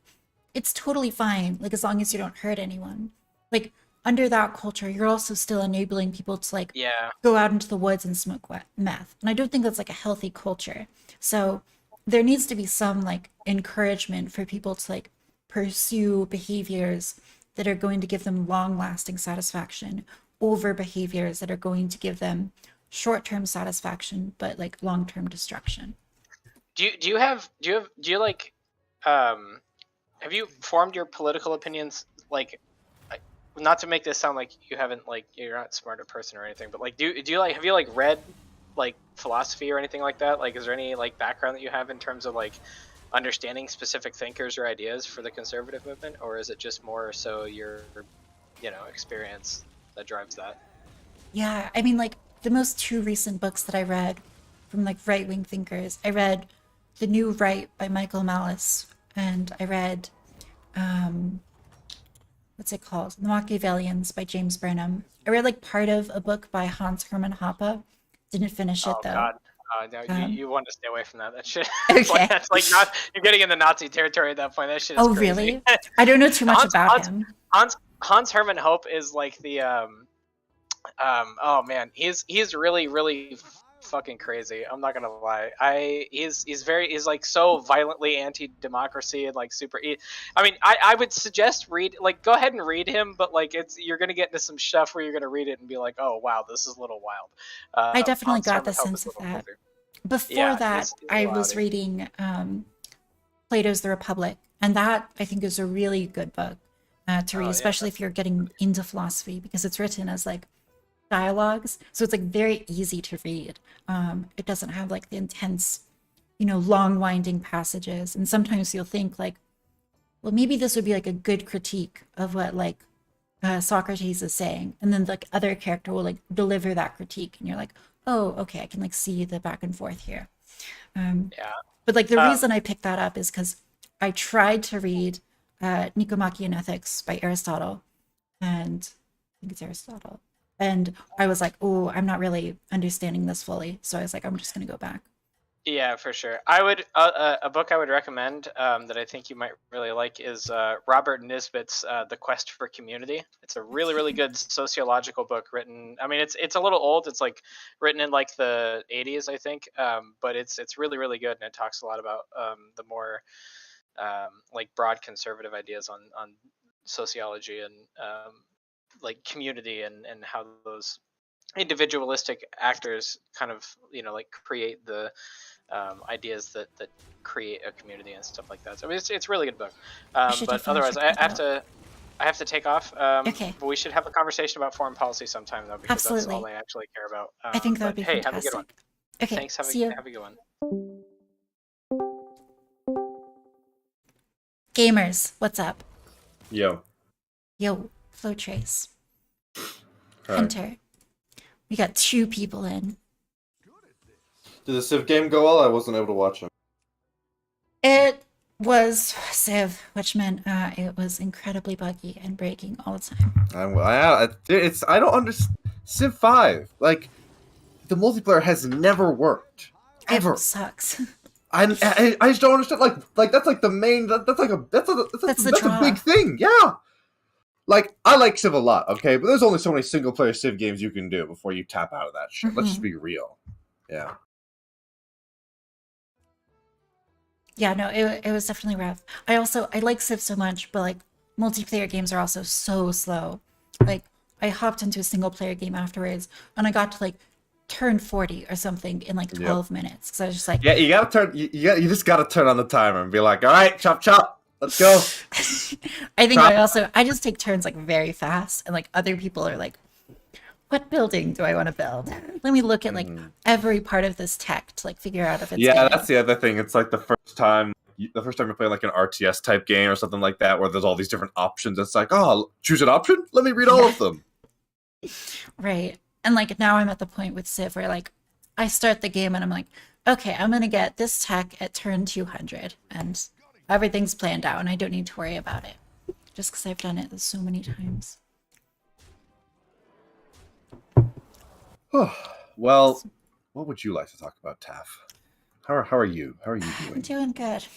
What about you? You're a big Destiny fan, right? Mm-hmm. I've been exposed. Exposed. Yes, I am. What's Destiny doing right now? He's playing Rust. Right? He's doing a dating show with Dan. Oh, he's doing a dating show? That sounds yeah, fun. with Dior Collins. That's cute. Yeah, the oh, here's something. I am, or I think I asked you about this in that stream where you were. I can't remember what panel this was, but there was some panel you were on. Have you looked into South Korea or Bosnia or Kosovo? Because I think that you could really, I think, get taken to task on those if someone smarter than me and with better examples on hand. I haven't looked into them yet, but I mean, I think you might be right as far as like I could really get taken to task on them. I Wait, the Archdruid. Why don't you take Archdruid? What are you? Archdruid? Yeah, for more Murloc rerolls to refresh the Murloc board. Because I've already got Murlocs. Yeah, but after you use you're not Flurgle, so you're gonna run out. Plus, some of those Well, aren't even good. Like, who cares I about wanted War to Leader? I wanted to fill my board. That's just ridiculous. I mean, I guess it's tough for you. That's fair. You know, it's a fair call. It's a fair judge. I'm glad we're playing that way. Thank you. Thank you for admitting it's fair judge. Okay, this guy like reached out to me and he was like, "Do you want to talk about foreign policy?" And I was like, no, unless you give me more time to research, because I think that I'm at like peak Dunning-Kruger where I've read like one book and been in one class, and therefore I have like knowledge from like a very specific perspective, but like don't have a ton of knowledge from like other perspectives. And so I think I'm like not in a good position to like argue these things right now. That's fair. Then I guess there's actually one thing I would like to I could ask you about. It's something that actually I'm hoping you're gonna have a good answer for, because it's something that I have been struggling with. So, although I guess yeah, let me do some groundwork here. So, what exactly is your position on like transgenderism? Because from a couple things you've said, it sounded like you actually have like a kind of a different opinion than like the mainstream like left-leaning narrative as to like whether or not like trans women are women and pronouns, stuff like that. So actually, before I assume anything about your position, could you just like give like the basic rundown? Yeah, I would say that like I don't think whether trans women are women or not is necessarily the most relevant factor. Like, I think even if you think trans women are men, right? Like if someone thought that I was a man, but thought that I had like a legitimate medical, reason to take hormones, and therefore was like allowed me to do that, and also thought that it was like my freedom of choice to be able to choose whether or not to like wear certain types of clothing, I think that would also be like acceptable to me. So I think the argument that like trans women are women is like sort of sticky, because you're basically like playing this semantics game where the strongest argument for it is to say something like, well, one of the ways we define words is how they're culturally used. And we culturally talk about trans women as women all the time. There's lots of trans women who we'd consider women, and therefore trans women are women. And I think that's like good, but also there's lots of cases where that's like not necessarily true. And so premising your entire like, you should respect these people because they're women on this like sort of weak argument, or this like sort of semantic and cultural argument, is like maybe not so good. So I try to refocus the conversation to like what I consider to be actually important, which is like the right of people to present themselves the way they're presented, and the actual science indicating that transition is like an effective medical thing. Okay. Well then, I don't know. I don't know if you're going to agree or disagree with me. Then, the question that I have long thought about is why exactly, right? So, if someone transitions, right, it's because they identify more with that gender than the one they were assigned at birth, right? That's like the basic mantra. So I was just, and something I've always wondered is, what does that mean to identify as a woman? Because it seems to me that there is the potential, and to be frank, so I feel like this actually does happen a lot of the time, to, how do I put this? Oh, but now the gold cold light seer isn't going to get poisoned. What do you? That's unacceptable. Anyways, sorry, I'm watching your gameplay. What does it mean to identify as a woman? So here's an example that'll really illustrate what I'm trying to get at. this is obviously an incredibly hyperbolic example. I don't think anybody actually identifies for these reasons. But you can imagine how hypothetically, if someone said, I identify as a woman, and I said, oh, why? And they say, oh, you know, I'm stupid, I'm not very good at anything, and I just need someone to take care of me. That would be like, okay, that is probably not a good reason, right? And sometimes I wonder if the gender binary or specific stereotypes or gender roles are sometimes reinforced by trans identity. I think a much more like a real world and compelling example would be would just be the general concepts of like femininity or masculinity becoming heavily associated with a specific sex and sort of locked off. I wonder, if there's any sort of credence to the idea that, if you're saying that because I feel so much more feminine, I identify as a female, if that almost definitionally sort of locks off men from wanting to just be more feminine, or for us to say that there is such a thing as feminine men. Yeah. I guess I'll say two things. One is that like there are people who do this, where like I've seen like Reddit posts and whatnot where people will be like, oh, I love like when I'm bad at video games or something because that makes me feel like such a woman. And it's like, oh, that's weird. Like you're engaging in these like negative stereotypes, like validate your gender identity. So like this does happen and it is like kind of shitty. So that's one thing. The other thing is that like I think that the relationship between these two things is like a little bit inversed from what you're saying.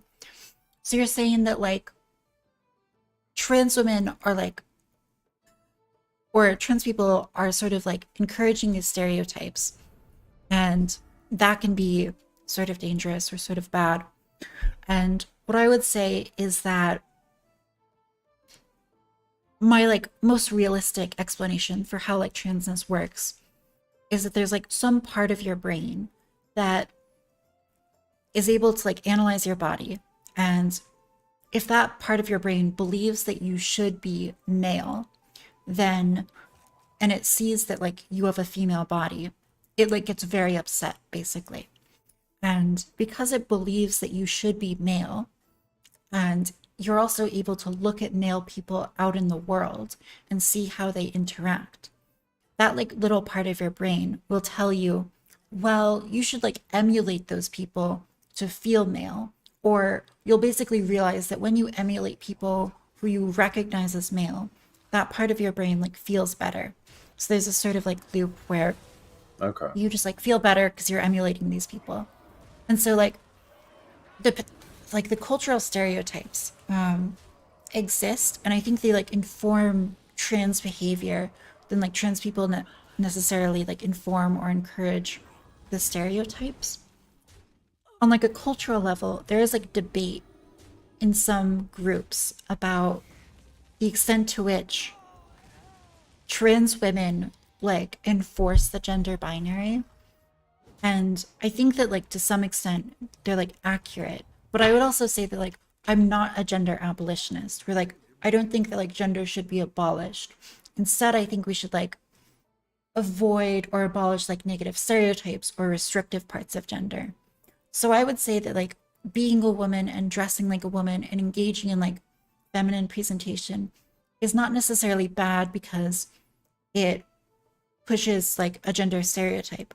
But what would be bad is if you like said that you were stupid or dumb or needed men to protect you, because that's pushing like a negative gender stereotype that should be abolished. Mm-hmm. Okay, that's fair. I can see that. Yeah, I guess I've never really considered that perspective of having of essentially being reverse causal, but it actually does make quite a bit of sense. That it would be the case that you're seeking to just emulate what you think that gender is. So then I guess my question would be then, do you think that then the transgender sort of understanding of a gender is a lot more, is on a much deeper level than just sort of like the cultural trappings that we have with our gender? I mean, I don't think there's like any inherent part of your brain that's like, ooh, dresses are feminine. But I do think there's like inherent part of your brain that probably like is recognizing a mismatch between like expected sex and like actual result sex when it looks at yourself. Okay. And so like that part of your brain is also able to like analyze the cultural stuff and, you know, be upset about your place in it. Okay, yeah. Huh, I guess that actually does make a decent amount of sense. Yeah, I guess the only thing I would want to push back on is, do you think that there are, right, so it seems like we're making this distinction between more basal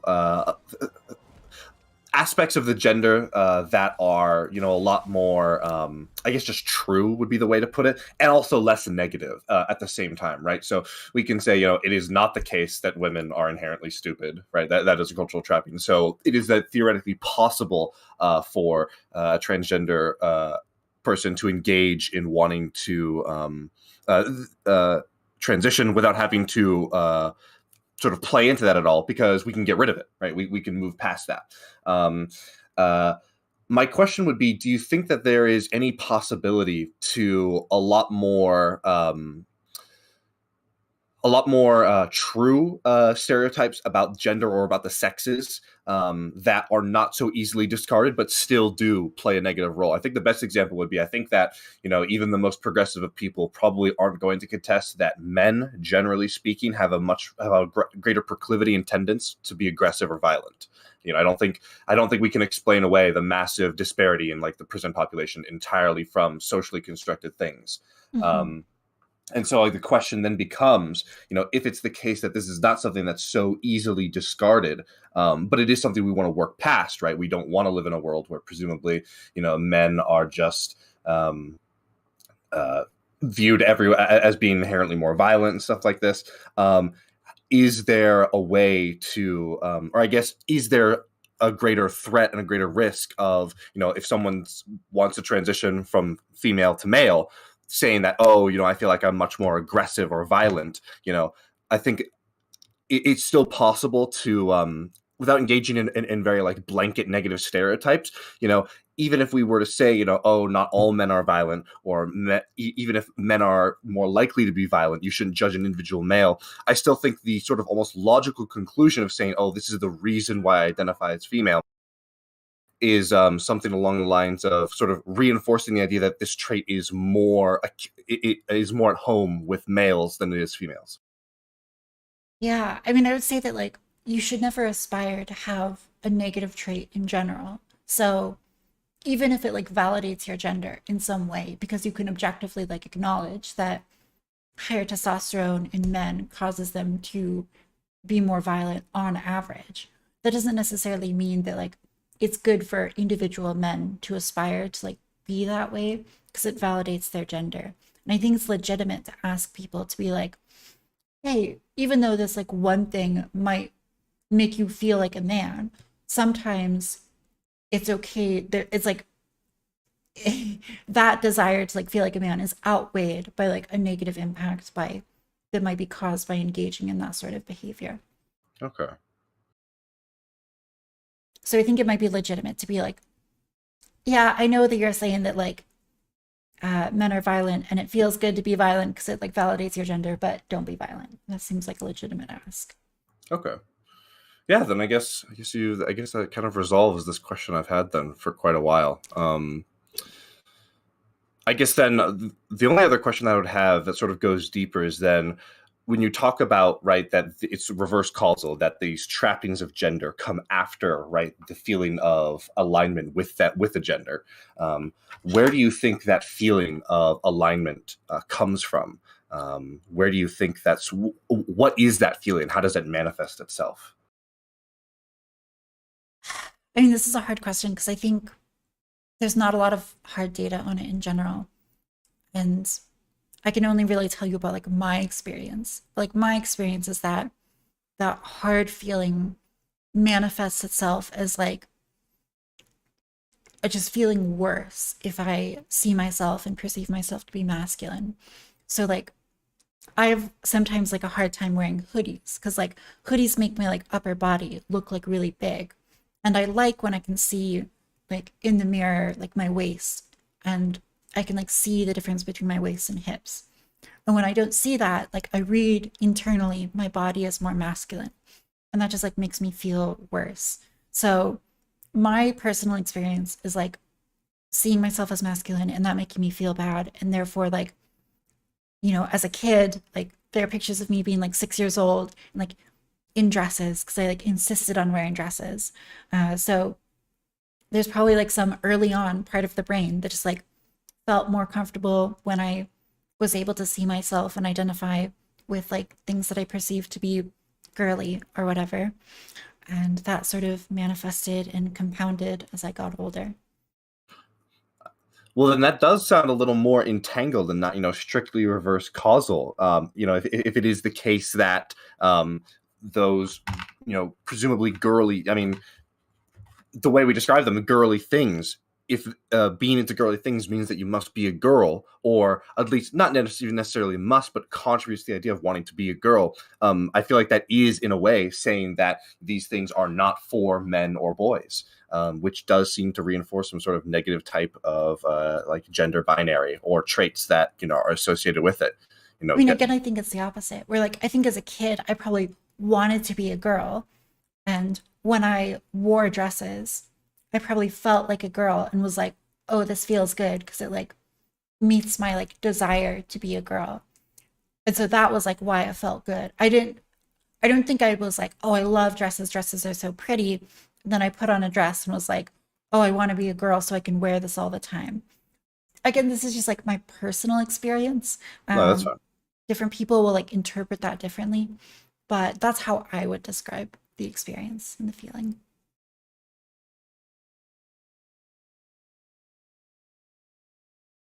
Hello?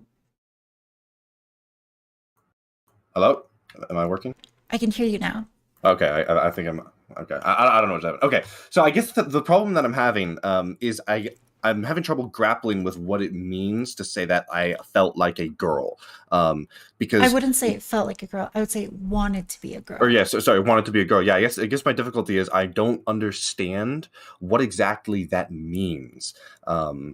If we're sort of divorcing that from the cultural context of what we associate with girls and stuff like that, I'm just having difficulty understanding the steps of, I want to be a girl. These things are associated with girls, therefore I'll do those things.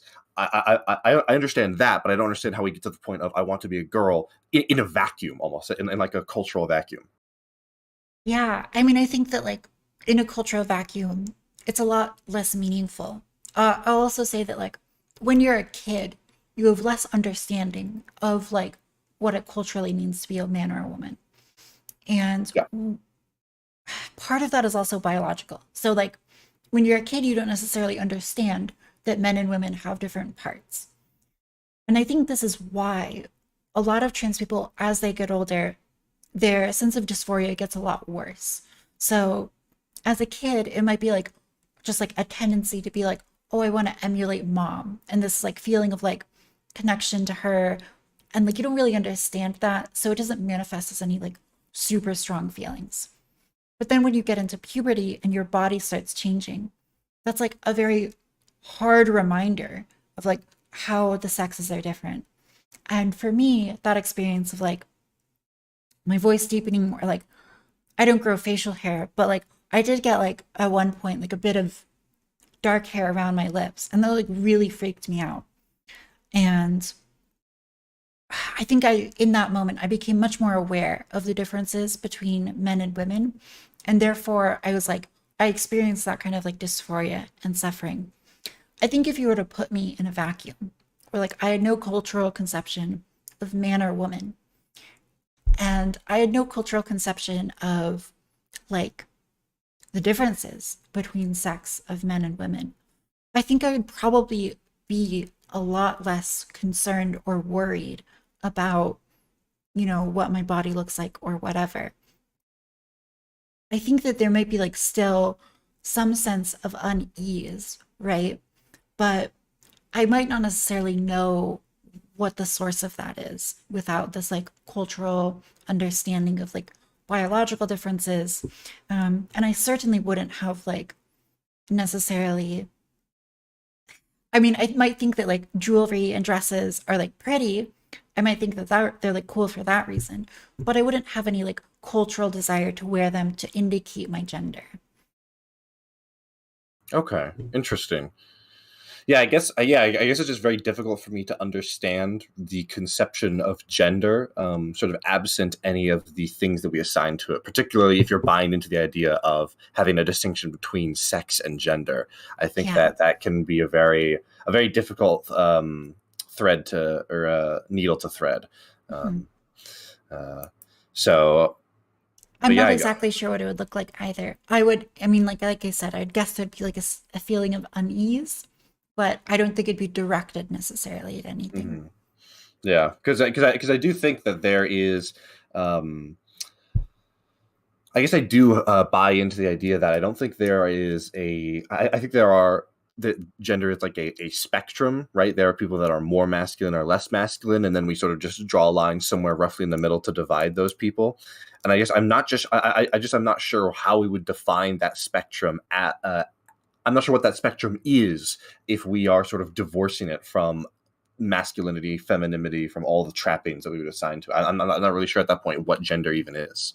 Yeah, and I'm not sure there is much to gender if you divorce it totally from the cultural aspect.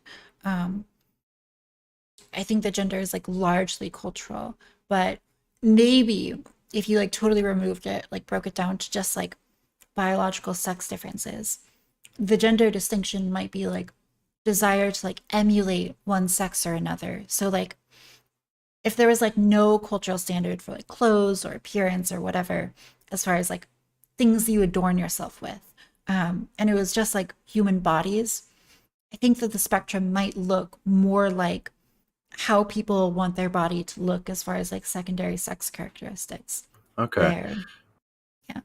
Okay, so I guess you would say something along the lines of, when someone wants to transition, it's because they want to more align with a different sex, and they're not. It's not that they're going to necessarily change their sex literally, but because sex is sort of downstream, or because gender is sort of, and the gender Downstream sort from sex. is downstream from sex. It's sort of an attempt. Okay, it's sort of an attempt to move closer to wherever their gender would be if they were that sex.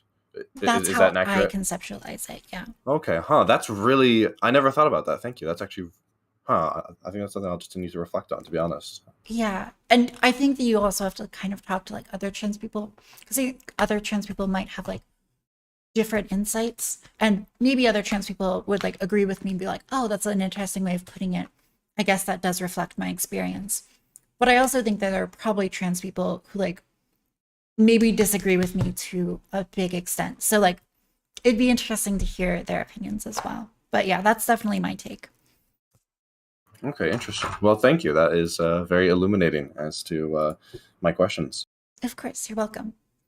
Yeah, I guess the only thing is there is one other thing I can challenge you on, that I think that you are being grossly overconfident in your ability to categorize that. There's a couple times that you've talked about how we have been getting a lot more left wing historically.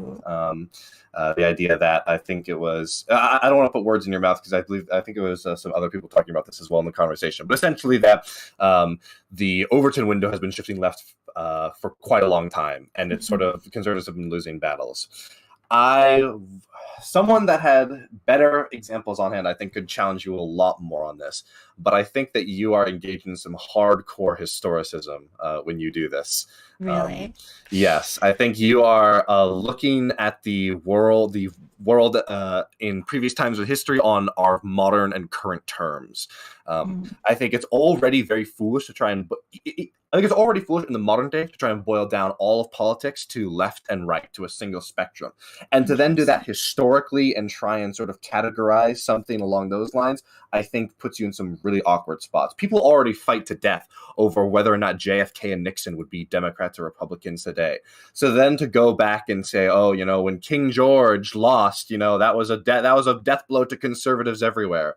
Ronald Reagan is still furious about the success of George Washington to this day because that was a forward movement. I think there is a lot of just baked in assumptions as to the world from our perspective. And I think it is giving way too much credit to a sort of narrative about history. I think looking at history as if it's a story instead of fundamentally a series of random events is a very dangerous road to go down, because it can give you lots of prescriptions and just inaccurate readings of the time. I guess the only other thing I would challenge you on is to get a more specific nitty gritty is, what are some of these historical conservative battles that were lost that you wish hadn't been? Okay. Yeah, that's an interesting question, because it's a lot of like the historical conservative battles sort of do seem like they should have been lost. I will also say that, like, when I talk about a leftward shift, I'm kind of using a definition of left and right that is maybe not like super common. So like sometimes people will point to the fact that, like, well, economically, in some ways, we have like we're less left wing than we used to be. And like one example of this would be like union membership. Well, unions are typically like considered to be something that is part of the left, and we have less unions now. Therefore, we're like more right wing economically, at least by this metric. But like, I would contest that on like definitions of left and right. So I think, you know, when we get into these like very nitty gritty historical examples, I do think I need to like clarify exactly what I mean by left and right wing. And I'm definitely, like, you're right when you say that, like, I'm applying a modern conception backwards in time. I'm definitely doing that. I've got like a modern conception of left and right. And it's not necessarily to say that people at the time would have considered themselves left or right. I definitely don't think they would necessarily. I would just say that, like, by metrics that I create of like left and right, I can track how things are progressing.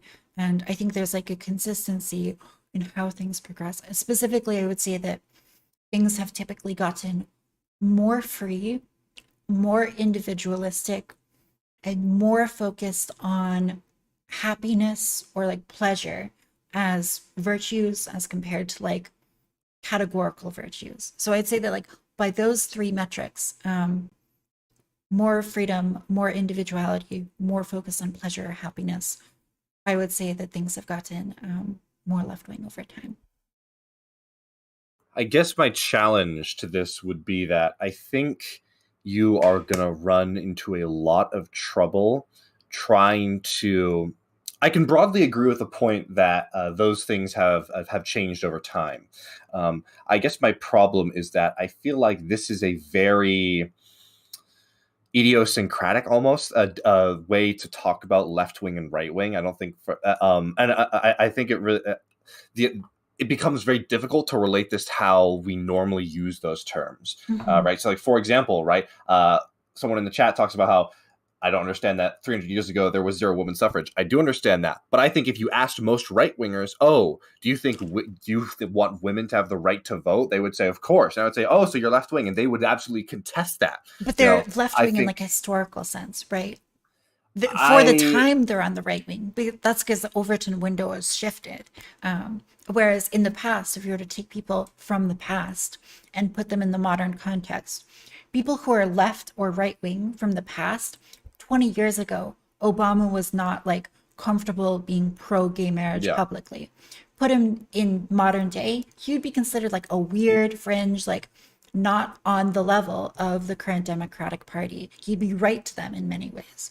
I would definitely agree on like the last 30 to 40 years that there's undoubtedly, but I think when you start talking about like, oh yeah, 200 in the last 200 years or the last 500 years we've had this. I think that's monarchists. Monarchists would be considered on the right today.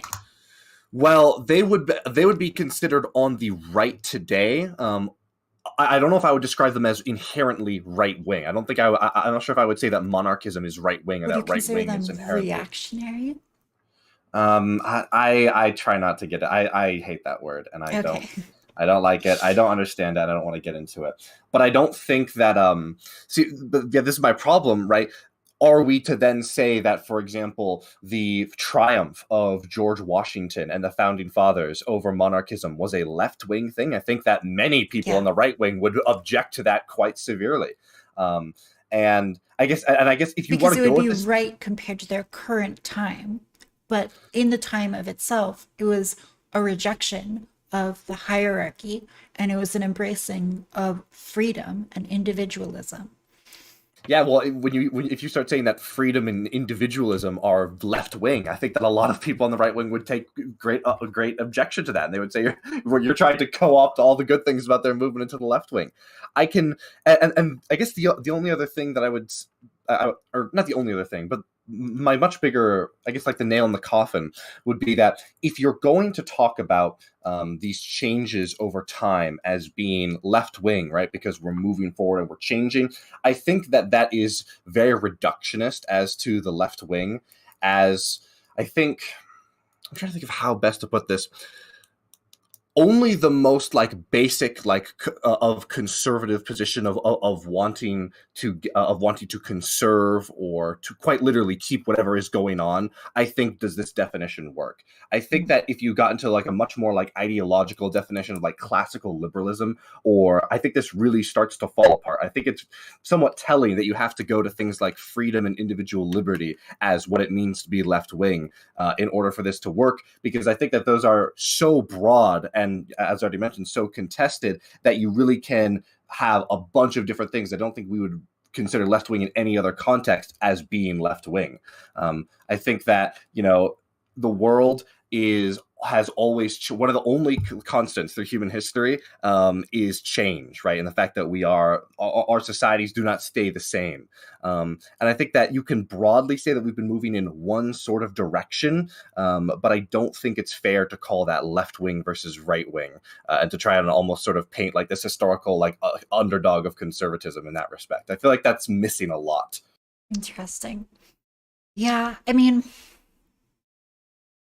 I think it's good that like we can agree on this common ground of like history moving, tending towards a certain kind of way.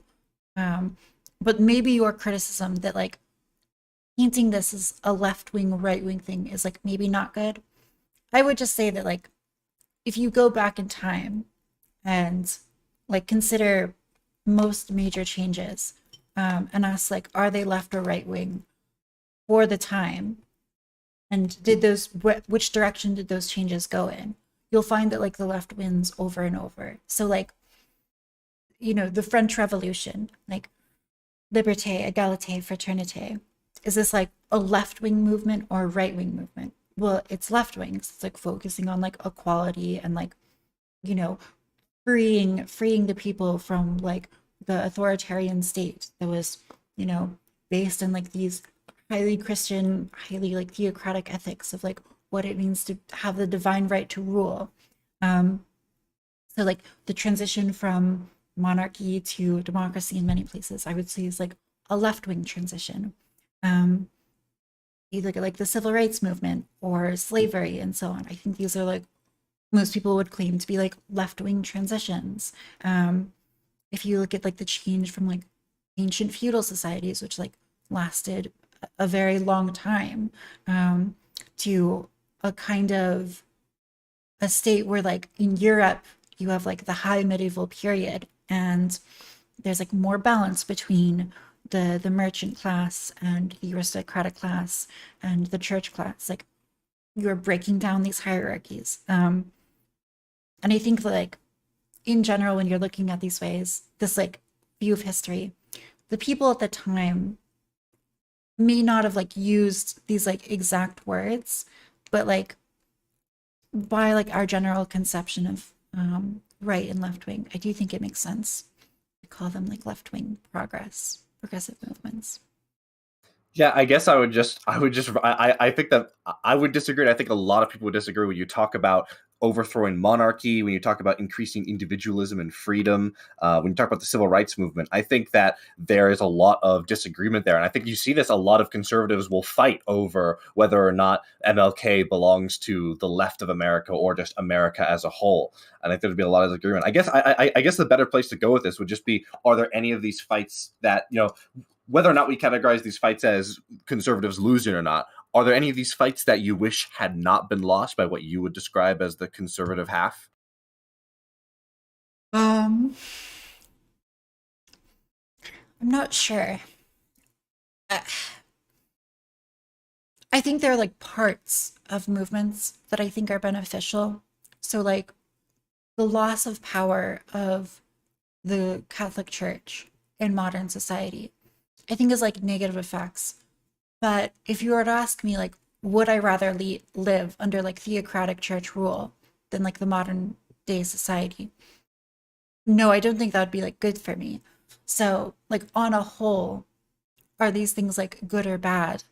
Especially for me, like, not necessarily good or bad, but there are like parts of them that I think are like essential to their character as right-wing movements that are good. So like I think that homophobia is not like essential to the character of the Catholic Church, but like the sense of like community and striving towards like a virtuous, like perfected image of man is like more essential to the church and towards Catholicism than like the homophobia bit.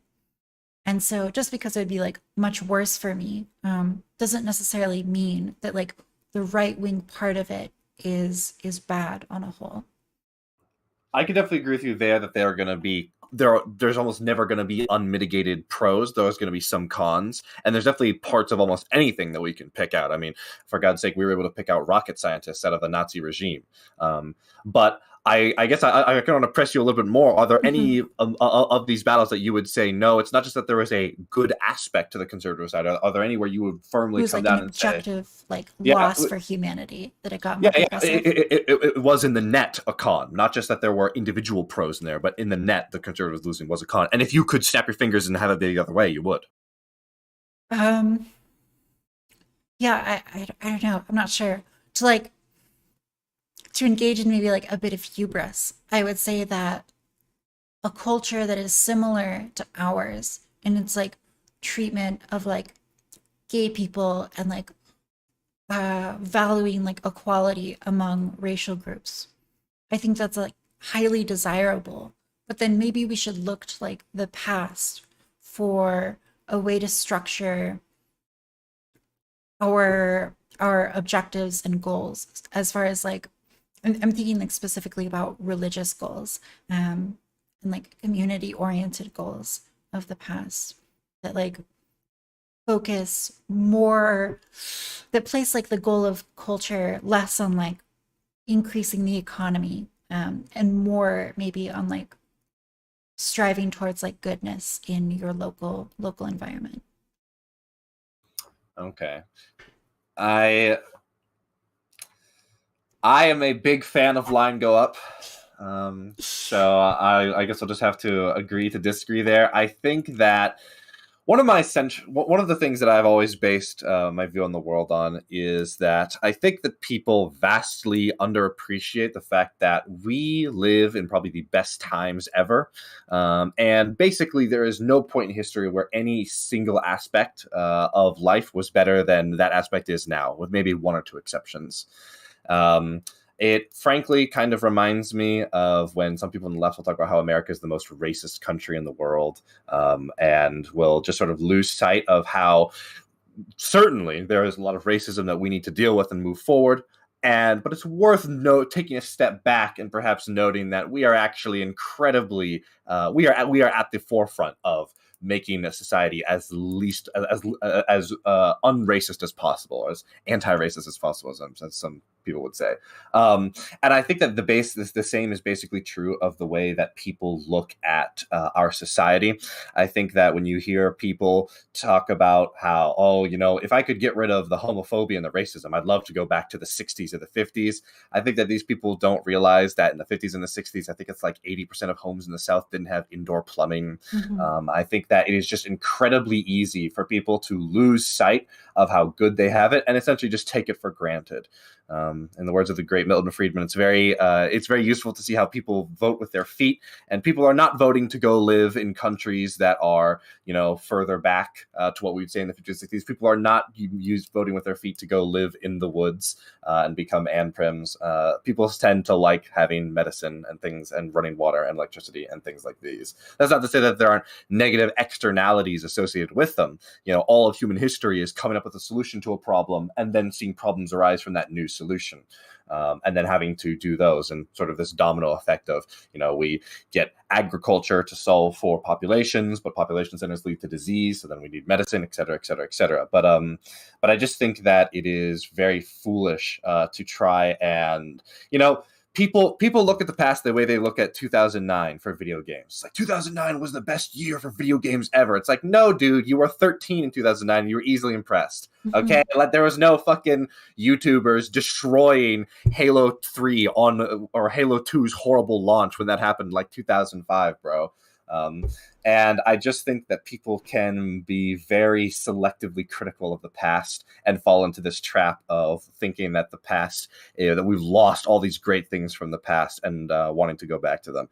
And that's why it's a little bit of a red flag whenever I see people talking about how this constant leftward shift is going, because usually, and you aren't doing this, so I don't want to come off like I'm attacking you, but very often people will try and use this to say that, it's not fair how the left wing has been constantly winning, and there are battles that conservatives lost that we should have gone back and won. If we say that we could do that, we should do that.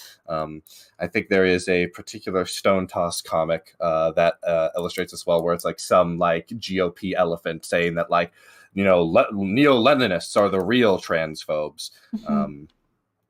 And I think there's if you get to the much more explicitly racist right, speaking of Stone Toss, there's a lot of people who will sort of lampoon conservatives who fight over Democrats are the real racists and say, no, we should just admit that we are the racists because we are racist, and that's fine, that's okay. We should stake our claim there and stand our ground, draw a line in the sand. And obviously, I don't think you're doing that, but I just think it is. I want to say that like you're right. That, like in many ways, like our society is so much better.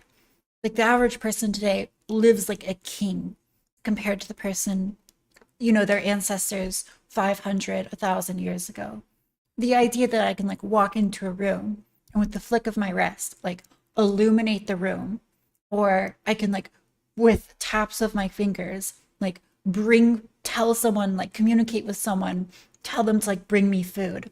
That's insane. The fact that like I have access to like all this like splendor and like fantastic things, the fact that I can like access the greatest like repository of human knowledge ever in human history with at the tip of my fingertips, that's all these things are really, really incredible. But for as incredible as they are, I think that we don't see that like reflected in how people feel, and that's like really big problem. The fact that people like deal with such great rates of anxiety, suicide, depression, opioid use.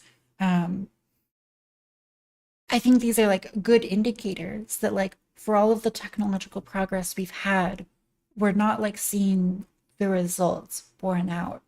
And that I think should make people seriously question like, okay, we should be doing really good, but we're not. So what's really the point?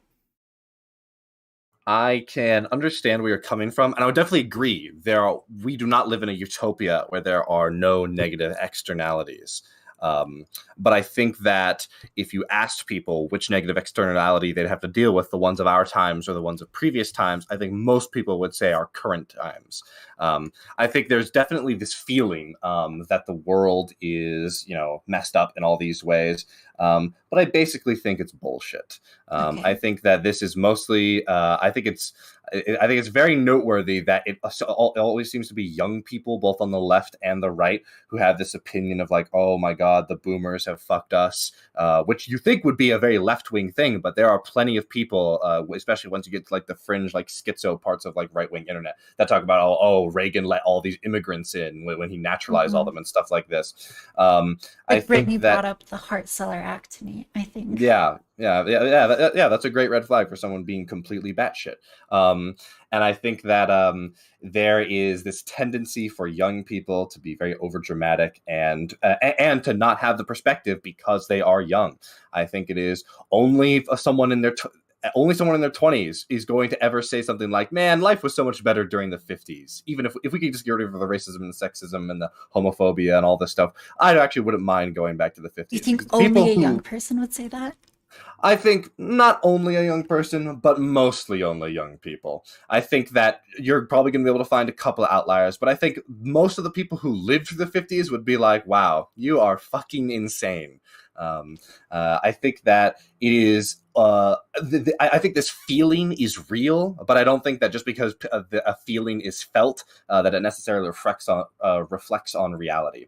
I think that it is important to address these feelings, but I don't think you need to necessarily legitimize the descriptive reality that the feeling is trying to make when you address it. I think it's possible for us to. I think the real answer is to help people with their mental health. Because I think a lot of these people do struggle with mental health, which is why they view the world in such a warped way. So do you think that it's like wrong for like feeling depressed? No, you're never wrong for having a feeling, but you can be wrong for doing something with that feeling. So, for example, I would never say that someone is wrong for feeling bigoted, right?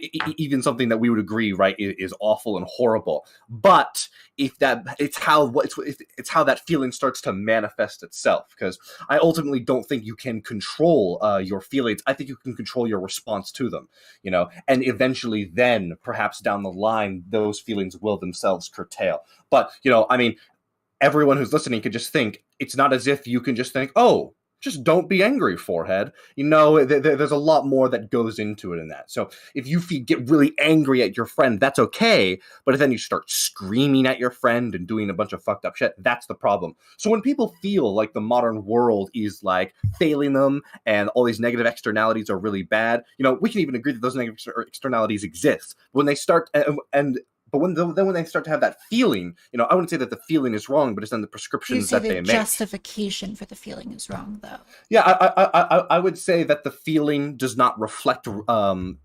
No, not even that, because I can agree that the feeling of like hopelessness, like that specific, like that more like nebulous feeling, isn't wrong. But then I would say the specific application of that feeling is wrong, right? I don't think anybody. I think people are feeling sad and disillusioned, but I don't think people feel that the 50s and the 60s were better than 2020 in the way that they feel illusioned and sad. I think that's not occurring on such a deep level in the brain. That is happening on a much higher level where you're processing those feelings and you're looking for a solution or a prescription, right? I think people feel very sad and disillusioned and depressed and anxious, and then they start thinking about what to do because of that feeling. And that is where a lot of these ideas about, the 50s and 60s being so much better and we need to go back, return to monkey, all these things. I don't think those are feelings in the way that the emotions are. And I would never have a problem with someone having those feelings. I would seek to help them work through them and resolve them. I would have a problem specifically with what they're doing because of those feelings, which in my mind would be those prescriptions. Interesting. I guess what I would say is that, like, there's a great number of people who, in the modern world, feel very bad, that are depressed, anxious, etc., suicidal. And the fact that people feel this way at all, despite our enormous ostensible benefits over the past, is an indicator that like something is wrong. Because I think objectively the goal of society, of culture, and of technology is to make people, feel, have this sense of like eudaimonia, of arete, of happiness, of well-being and fulfillment. And so, do you have to go? No. Sorry, I was just Okay. Sorry. I think my mic's cutting out. No, continue. I think that the goal of society is like have people feel well-being. And so if despite all this technology, people are not feeling well-being, then it's not worth it. If they're not it's not increasing their actual well-being. And so I think what you're telling me is that the potential for feeling well-being in life is so much greater now than in the past. But there's just a cultural miasma or a cultural melancholy that's preventing people from feeling the benefits of all of our great strides in the modern time, right? and they just need to be like sort of like shaken out of that miasma to like see how great it really is. Yeah, I guess that's sort of it. I do think the problems that people are facing are real, and we should solve them. I just think people have a tremendous recentism bias and overestimating the importance of their current times bias. When people are talking about going back 60 years because of this feeling that has descended on our society, that is, let's be honest, tops 10 years old. I just think there's just a tremendous loss there of perspective.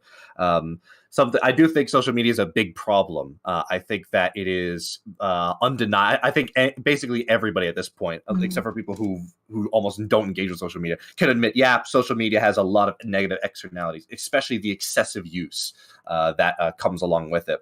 But I think the thing I like to tell myself is that if we look at the time scale of cars, for example, and we put social media in that place, we're at the stage where we don't have seatbelts or airbags yet. We're at the stage where if you've ever seen those old videos of cars driving through like marked streets when streets were still walking, just like weaving through, and it's like, oh my God, how did they not hit anybody? And it's like, well, this is the 1 in 1,000 that didn't. The other 999 did. I think that's where we're stage at. And I have a tremendous amount of optimism about the fact that I don't think social media is this unbeatable ill that we'll never be able to conquer. I think that similar to every other problem that humanity has run into, we will eventually find solutions. And I think it's also just a matter of people getting used to it. We're now getting the first generation of kids who are going to be raised by parents who themselves grew up with social media. And I think that's going to go a long, long way. As much as I'm sure most of us all love our parents, they have absolutely no fucking idea what the fuck is going on our computers and what we're doing. We're basically, there's nothing that they could have done. And no one could have predicted how the internet exploded in this way. And then been like, oh, well, I'm going to make sure you don't go on 4chan. Like, they're not going to have any idea about this kind of type of stuff. So I think it's just a matter of working through these problems, getting solutions that I think are very attainable. And when I see people react to these problems by saying, oh, we need to invent seatbelts and airbags. No, we need to go back 100 years. I think that is just a tremendous lack in perspective that leads to a prescription like that. I think if you could like effectively demonstrate that the lion's share of like issues mental health wise were the product of technology as it currently exists, then I think that would be like probably the strongest argument that you could give to me for like why progressivism or like liberalism is really working. If you could show that like it's not the degradation of like social or cultural community or technology, but in fact it's just like the introduction of like negative technological forces, I think that would probably significantly change my viewpoint. Yeah, I guess it's a classic social science thing if it's just impossible to ever get any like hard data or studies. But I think I would say that degradation is happening, but it's effectively reverse causal. I don't think people are losing their community and then going to the internet. I think it's more that people get pulled into the internet and let the rest of their life sort of degenerate and degrade. They aren't applying the proper maintenance that you have to apply to relationships with friends and family, as their time and sort of the benefits that you would normally get out of that you need out of that would encourage you to do that, are being provided to them instead by places. I think it is very telling. I think I mentioned this last time we talked, that I think that a lot of these online communities, it's not really the content that matters. It's not even the political affiliation. It's a sense of belonging. It's a sense of community. It's a lunch table that you sit at in high school. A lot of these Twitch chats are, where you have these recurring characters. And I think the reason that people flock to them and are so effective with them is because we are social creatures. We like that community. And when these communities are at our fingertips and are so much easier to access to, we go to those, and the need, the desire, and the drive to get to real communities sort of just evaporates because it's being subsumed by these online communities. It's possible. I think this is a very important question at the heart of our modern politics. I'm going to head out soon. Flowtrace, can I make you a mod in my Twitch chat? Yes, but I am not logged in on Twitch chat 90% of the time, so okay. don't expect a lot. But yeah, sure, go for it. What is your username? Have you ever chatted? I think I've chatted like once or twice. Like when you're streaming, I'll sometimes log. But I'm gonna be honest, 90% of the time I'm watching streams, it's like on a second monitor. Have you ever chatted? Games. Like I don't understand like what the fuck. like people who actually chat are doing. Like that's some weird shit. I'm gonna keep it I one like hundo. chatting. I send like DGG messages. Yeah, that is. Oh my god! I'm just as much of a not a cult DGGL as the next guy, but offline chatters. Why? What in the fuck is that, dude? Oh my god. Yeah. Anyways, it should just be flow trace, one word, just FLOW trace. Here, I can actually log in in a second here. I'm gonna have to get my keyboard though. My desk is currently. I'm trying to repair a laptop. And that's another thing.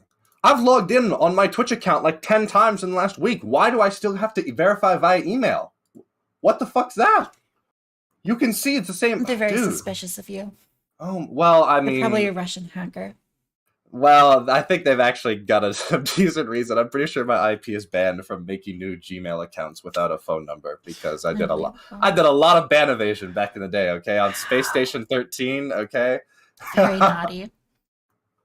Yeah. Oh my god. Yeah, but no, hey, if anybody's listening has the same problem with Google, okay, you got to use Proton Mail and Outlook. I used to use Outlook because that's a big email service that doesn't have as many restrictions, but even Outlook does. So Proton Mail's the big one. Proton Mail, it's just in that perfect Goldilocks zone where it's big enough that most services are going to allow you to use it because they're not going to let you use Gorilla Mail or any of the temp email ones. But it's not so big that they have a professional, what's your phone number if you want to set up an email for us. So guys, if you want to ban evade, Proton Mail. It's the one. You're like a bad influence in my chat. Teaching them all how to ban evade. If you're ban evaded on Space Station 13, you are actually a good influence on Space Station 13 because you'll make someone so upset that they will stop playing that game and you will free them.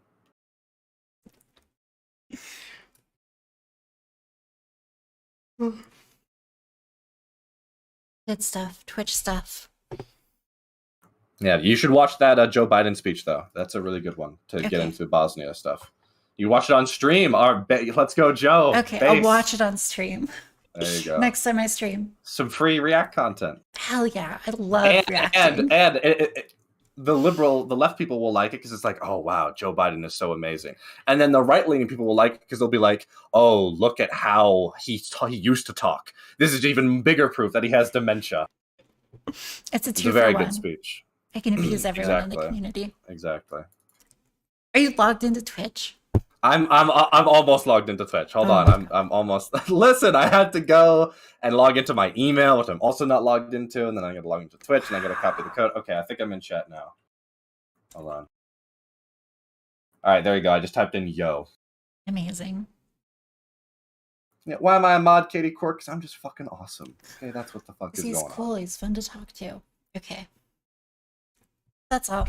I'm gonna head out. Bye, stream. It's been lovely. And thanks for talking, Flute.